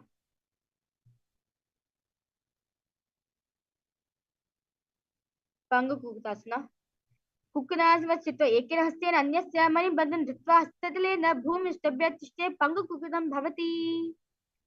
Next asana is Dhriyadhasana. From Padmasana, place elbows on the toes, interlace the fingers, press the chin on the knuckles, press the thumb on the throat. Visualize you have gone beyond all greed and covetousness in your life. Also visualize Swamiji in your inner space. Jana Varantri-pad Uktano Vyakti Samsto Gulpi Chachachi Hastabhyam Uttanabhyam Priyatataha. The next asana is Padmasana 3. Now remain in the Padmasana position. Hold one hand over the other, palms facing upwards. Keep the spine straight. उत्तानो च न विधाय विधिव शक्ति योगिरात् उत्तानो शकरौ च शक्ति युगान्ते सदौ कृत्वा समौ. Next asana is Padmasana 4. Now remain in the same position in Padmasana. Place the palms on top of the knees. Keep the spine straight. Gaze at the nose. Visualize Paramashiva in your inner space. एत पद्मासन कुर्यात् प्राणवायु प्रसिद्धये शुभासन सदाध्यायत् पूरयित्वा पुनः पुनः. The next asana is Karmukasana 2. Now from Padmasana, hook the right hand in the single fingers out of the right toes. Lift the elbows as if pulling your bow back, moving the big toe around. Place the left hand on the opposite knee. Keep it straight. Repeating this on the other side. Visualize yourself as Paramashiva. Karmukasana 2. अतः निदाश्रम वक्षे योग पूरक रक्षरात् इकृत पद्मासन पाद अंगुष्ठो जंगयो स्थितम्. The next asana is Karmukasana 3. From Padmasana, cross the arms behind the back, hold the big toes. Inhale through the tongue, straighten like an arrow, Kakachucha Kumbhaka. Engage in all three bandhas, raise the nose. Visualize the Paramashiva's flow.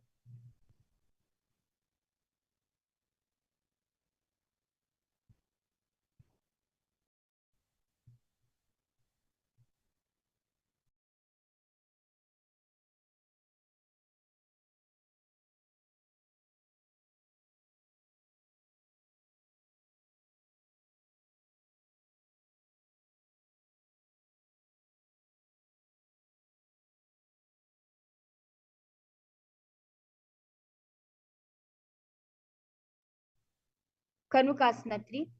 Engage in all three bandhas. Continue to visualize yourself as a bow.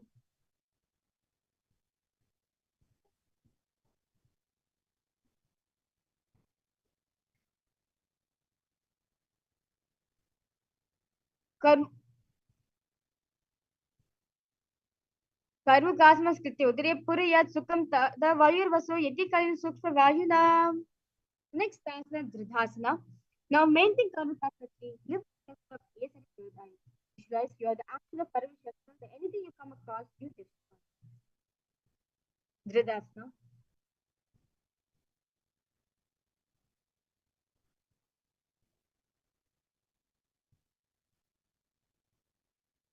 पूर्वभ्यामेव स्थाप्य पादयुग्मं प्रयत्नः दक्षिण सविदेशे च सवितं दक्षिणदेशे.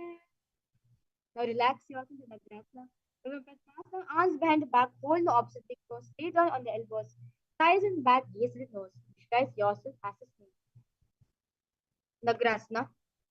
प्रथम पद्मा से कोम तारे दो हाथ पचने आने. Next asana is Kandukasana.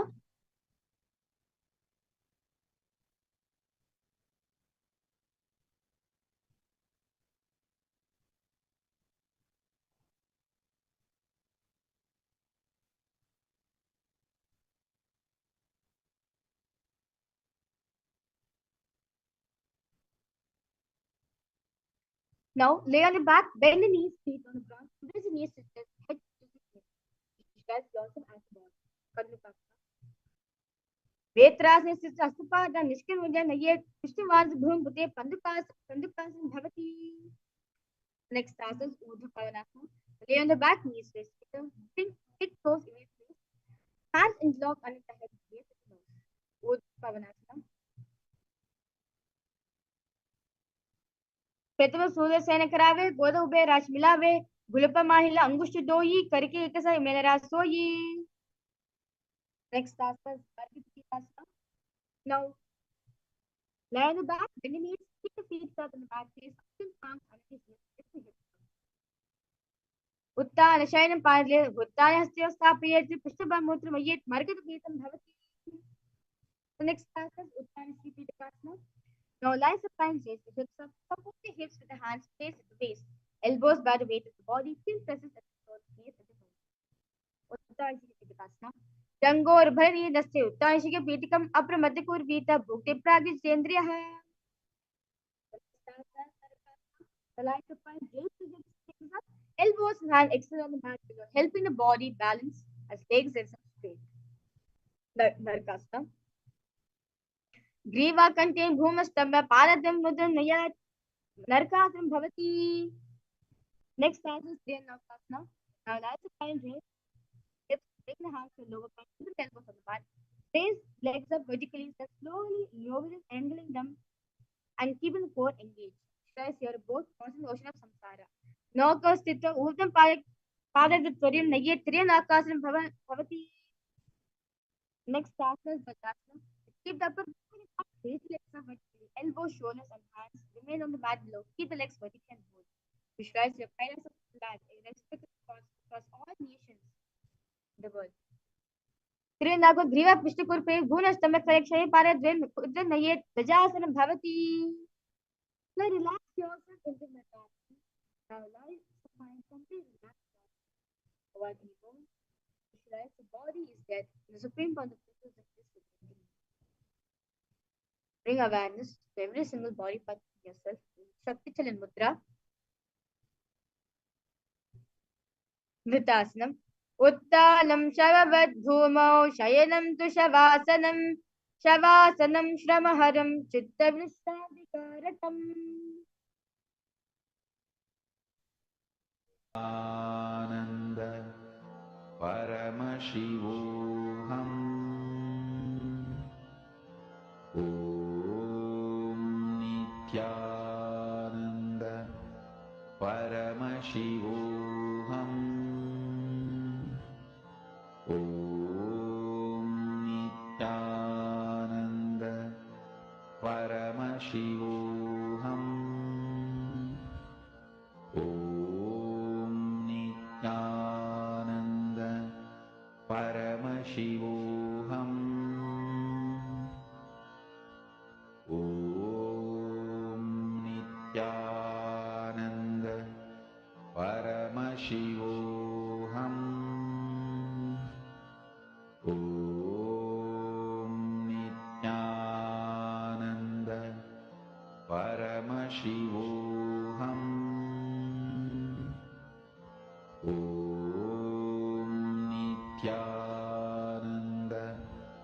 Paramashivoham. Om Nithyananda Paramashivoham. Om Nithyananda Paramashivoham. Om Nithyananda Paramashivoham. Om Nithyananda Paramashivoham. Om Nithyananda Paramashivoham. Om Nithyananda Paramashivoham. Om Nithyananda Paramashivoham. Om Nithyananda Paramashivoham. Om Nithyananda Paramashivoham. Om Nithyananda Paramashivoham. Om Nithyananda Paramashivoham. Om Nithyananda Paramashivoham. Om Nithyananda Paramashivoham. Now, starting with your toes and your fingers. Now, raise yourself to comfortable seated position. Congratulations for all the participants satisfied completed the 3 minute asanas for Paramashivoham. And now, as you have completed, detox your whole body and complete the Nithyananda best place right now is the place. Go ahead to the Paramashivoham. Before that, I thank all the participants, all the viewers who joined us right. Nithyananda If you have completed Paramashivoham. the solid relax your mat. Sit the proper position with the hips and spine straight back. One spot. Nithyananda Close your eyes. We will now chant the mantra. Paramashivoham. Om Nithyananda Paramashivoham. Purnasya Purnamādaya Purnamedāvāsya Nithyananda Shanti Paramashivoham. Hari Om Tattat Om Nithyananda Paramashivoham. Om Thank you everyone. Nithyananda Paramashivoham.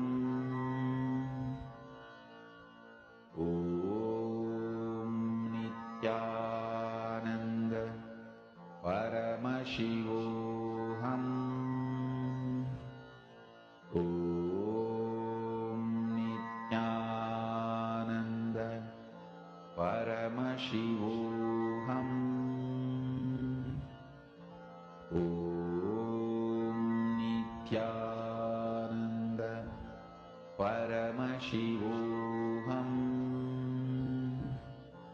Om Nithyananda Paramashivoham. Om Nithyananda Paramashivoham. Om Nithyananda Paramashivoham. Om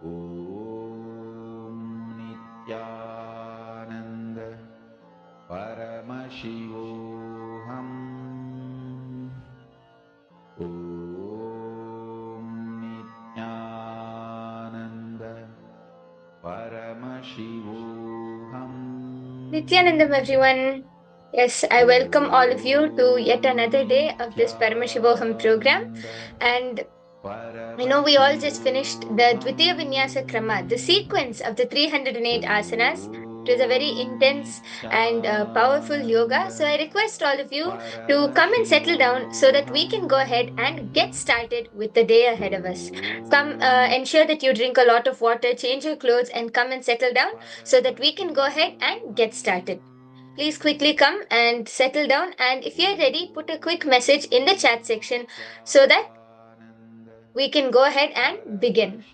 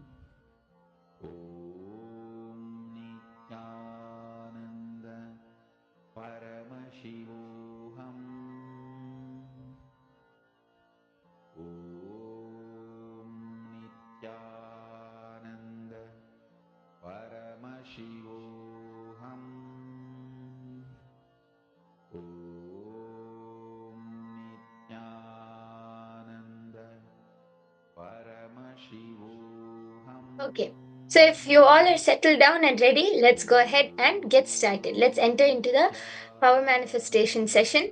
Today, we are going to be identifying various images which are going to be projected in front of you. So, first, let us listen to the Shastra Pramana for the power of third eye, which comes from the Vijnana Bhairava Tantra, Sutra 34, Dharana 8.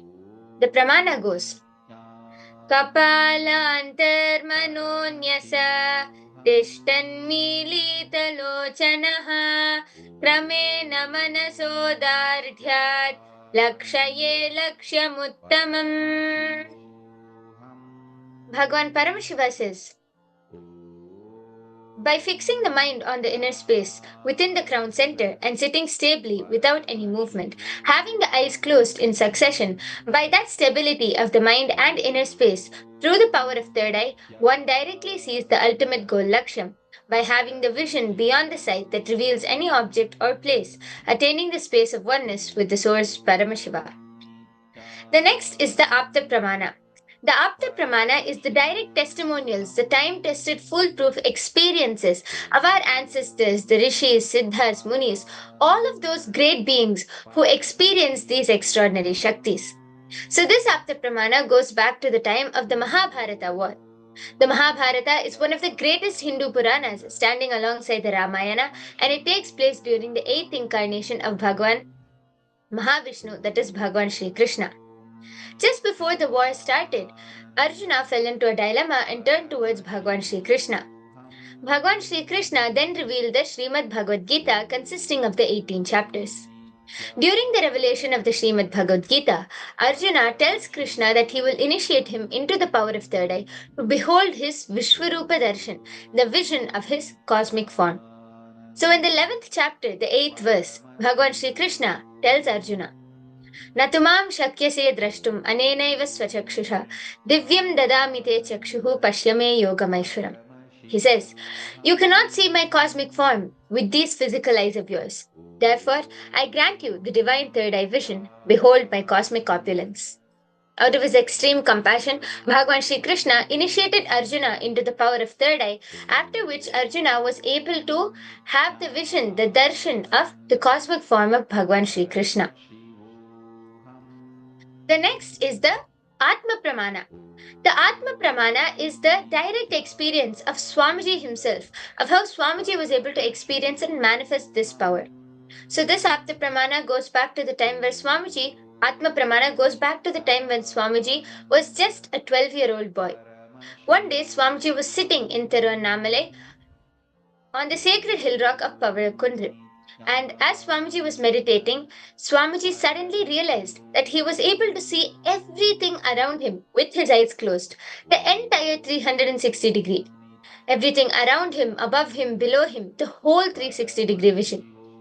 But this powerful experience doesn't just end here. Swamiji goes on to describe, saying that he was not only able to see everything around him, Swamiji was able to feel and experience every single thing around him as a part of him. Swamiji says in his own words, I felt that the skin of the stone on which I'm sitting and the skin of this body both carry me equally. In both I exist equally. Such a beautiful experience, and this is the Atma Pramana, and the last is the Sakshi Pramana. Each and every one of you sitting here right now with us are the Sakshi Pramanas for this power of third eye, because all of you are going to be experiencing and manifesting this power right here and right now. So, without further delay, let's go ahead and get started. For this, all of you are going to need a mindfold, eye band, anything with which you can tie your eyes. If you do not have a blindfold or a mindfold or an eye band, that's completely fine. You can get any opaque shawl with which you can tie your eyes. So, I request if all of you can quickly go grab that and come, then we can get started.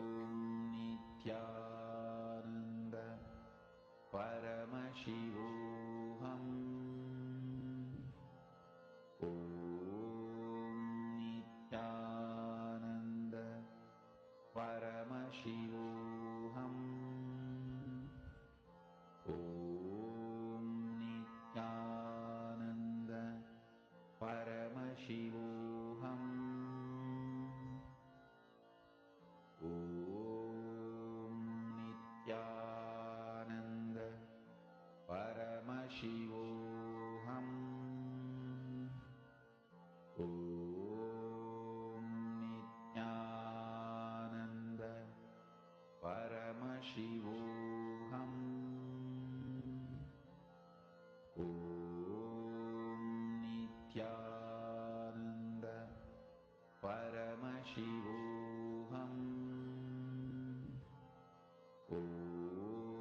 So, if all of you are ready, I request all of you to tie your eyes now. Tie your eyes completely with your eye bands. Ensure that your eyes are completely closed and that there's no light which is entering, but also ensure that you're comfortable. So please go ahead and tie your eyes, and I'll be projecting an image in front of you. Sit with your head, neck, and spine in a straight line and connect to Swamiji intensely. Visualize Swamiji in your third eye and start chanting the Mahavakya. The Mahavakya is Om Nithyananda Paramashivoham. It is a very powerful mantra which will directly raise your whole frequency and connect you to the space of oneness with Swamiji. And all of these powers manifest only from that space of oneness. So let's all sit now with our head, neck, and spine in a straight line. Start chanting the Mahavakya.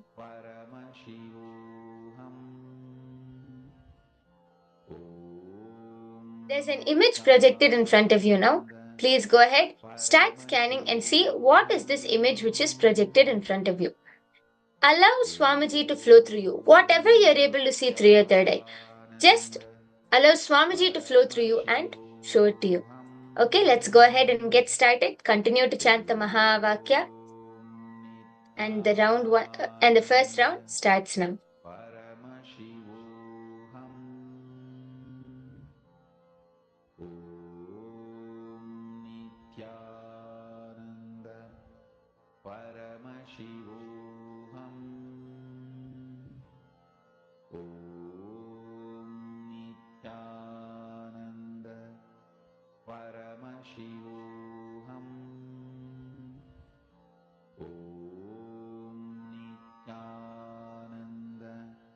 Paramashivoham Om Nithyananda Paramashivoham Om Nithyananda Paramashivoham Om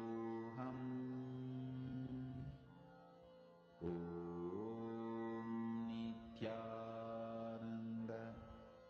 Paramashivoham Om Nithyananda Paramashivoham Om Nithyananda Paramashivoham Om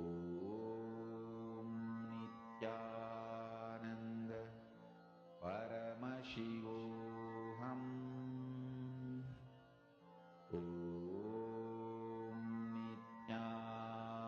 Nithyananda Paramashivoham Om Nithyananda Paramashivoham Om Nithyananda Paramashivoham Om Nithyananda Paramashivoham Om Nithyananda Paramashivoham Om Nithyananda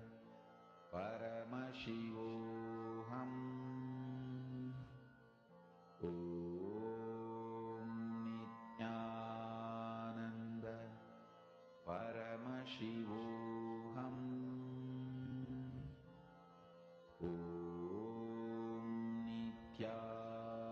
Nithyananda Paramashivoham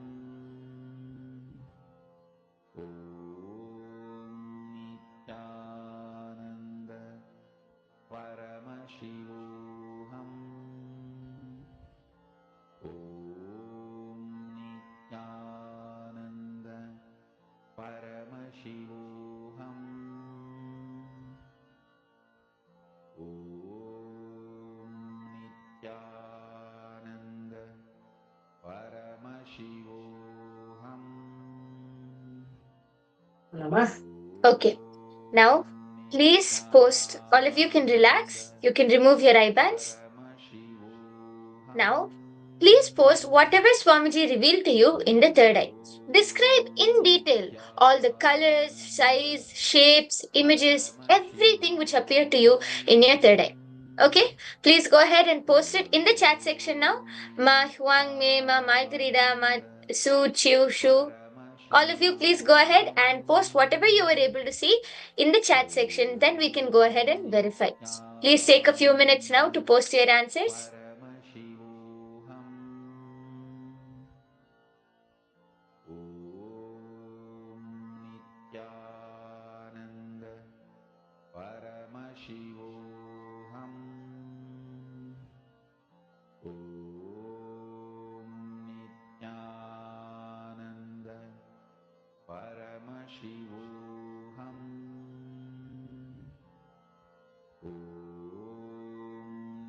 Nithyananda Paramashivoham Om Nithyananda Paramashivoham Om Nithyananda Paramashivoham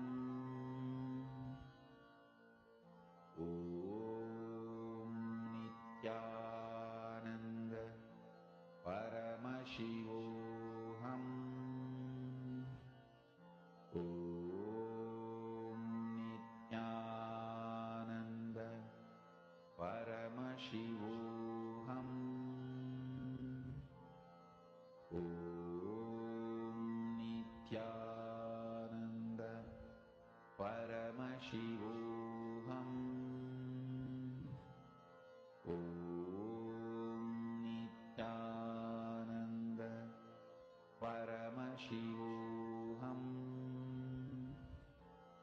Om Nithyananda Paramashivoham Om Nithyananda Paramashivoham Om Nithyananda Paramashivoham Om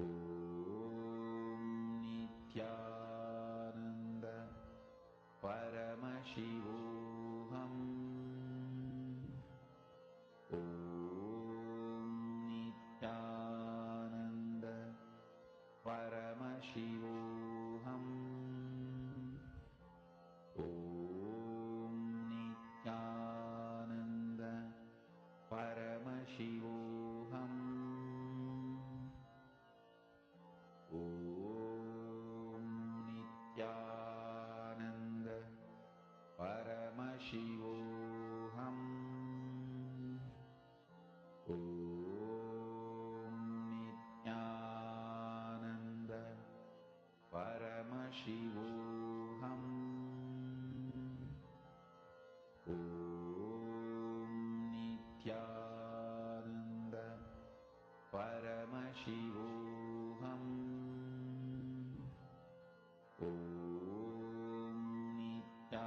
Okay, so shall we go ahead and verify now what was the answer, what was the image which was projected to all of you? And yes, so as you can see, the image which was projected is a beautiful picture of a moon in all of the clouds. So there's, as you can see, you can see the moon, you can see dark gray, light gray, a little bit of, I think maybe orange and white, and you can see the beautiful sky with stars in the background. So if any one of you were able to see these colors, if you were able to see the moon, if you were able to see the shape, then you have manifested. So please go ahead and let us know in the chat section now whether you were able to manifest or not, and what was your experience while manifesting. And a big round of applause for all of those who have manifested. I know there are many participating through the various social media platforms, through various Zoom rooms, and so a big round of applause for all of those who have manifested. So please go ahead and let us know, share your experience in the chat section. How were you able to see, and how did you feel while you were manifesting? Please go ahead. Nithyananda Paramashivoham Om Nithyananda Paramashivoham Om Nithyananda Paramashivoham Om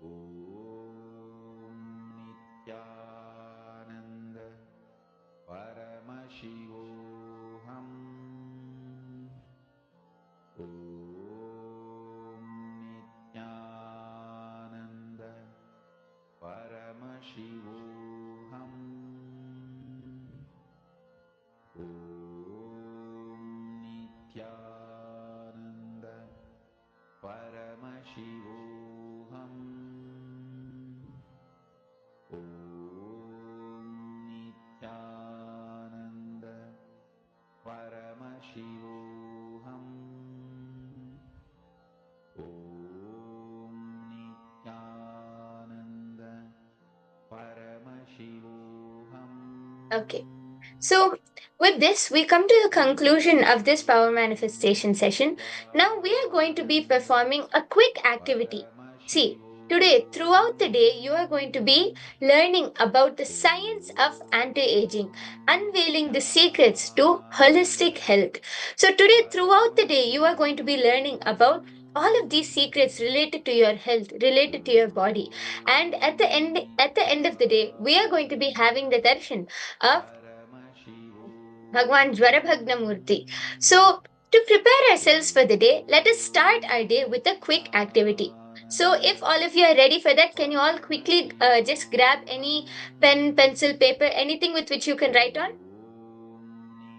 See, in this activity, it's just a quick 10 minutes activity where all of you are going to be writing down your understanding about health. What is health according to you? So, can all of the each and every one of you will have different definitions, different understandings of health according to each and every one of you. So can you all go ahead and write that down now? What is health according to you? Can you please post that in the chat section? Once you're done writing, please go ahead and post that in the chat section. Let's start with this activity.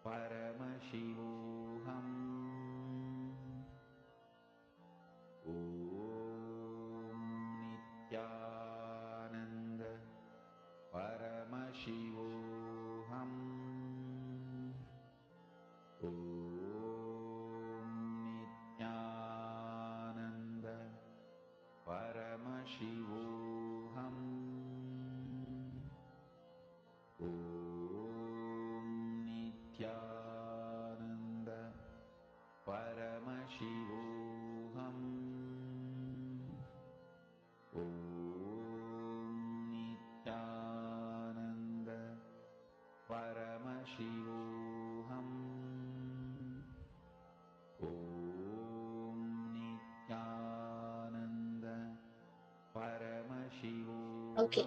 So once you are done writing down, your understanding about health. See, each of you might have different understandings about what health might be. Having not having any diseases, or being satisfied or complete with your body. Everyone will have a different definition about health. But health is not just being disease less. Means it's health is not just not having a disease in your body. It is being completely healthy. And it's more than what we just think or understand about health or being healthy. It is much more than that. It's not just the absence of disease. It is much more than that. And all of you will now be curious to learn about those secrets, about what is actually health and how you can have a healthy body, about how you can manifest a healthy body, and how you can learn the science of anti-aging. I'm sure all of you want to be young and live for a long time, and so much more. Like, all of us will have so many expectations from our body, and all of that. So all of you are going to be learning those secrets today, throughout the day. So please go ahead and post your understanding, and with this powerful understanding, with this activity, we can get started into our day today. But just before we get started, I request all of you to take a few minutes and share this with all of your family members, your friends, and anyone who you can reach out to. And I'm sure so many people are out there who really want to learn about the secrets of health, who really want to manifest health in their life. Not only health, wealth, relationships, and so much more. So call all of those people who you can reach out to and get them here so that they can experience Paramashivoham for themselves. And especially today, they can themselves experience and learn about the science and the secrets of health. So please take some time now and reach out to all of your family members, friends, and then we can get started with our day. And Suprabhatam, wake up call, wake up song for Paramashiva. This Mahavagya is spiritual lullaby for you to fall into samadhi. Suprabhatam, wake up song for Paramashiva to wake up in you. Just remember this one powerful cognition. This Mahavagya puts me in samadhi. This is spiritual lullaby for samadhi.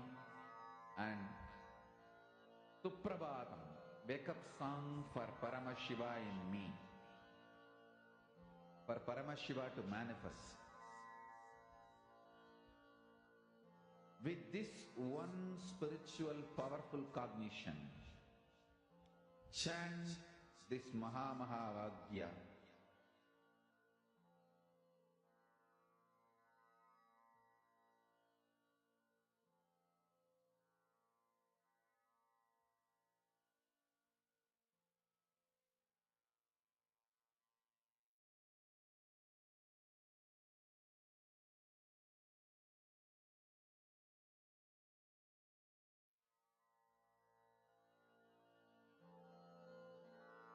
Mahavagya, spiritual lullaby for samadhi. And Suprabhatam, wake up call, wake up song for Paramashiva. For Paramashiva to manifest. With this one spiritual powerful cognition, chant this Mahavagya.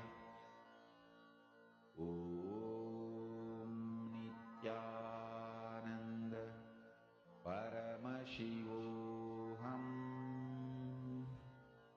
Om Nithyananda Paramashivoham.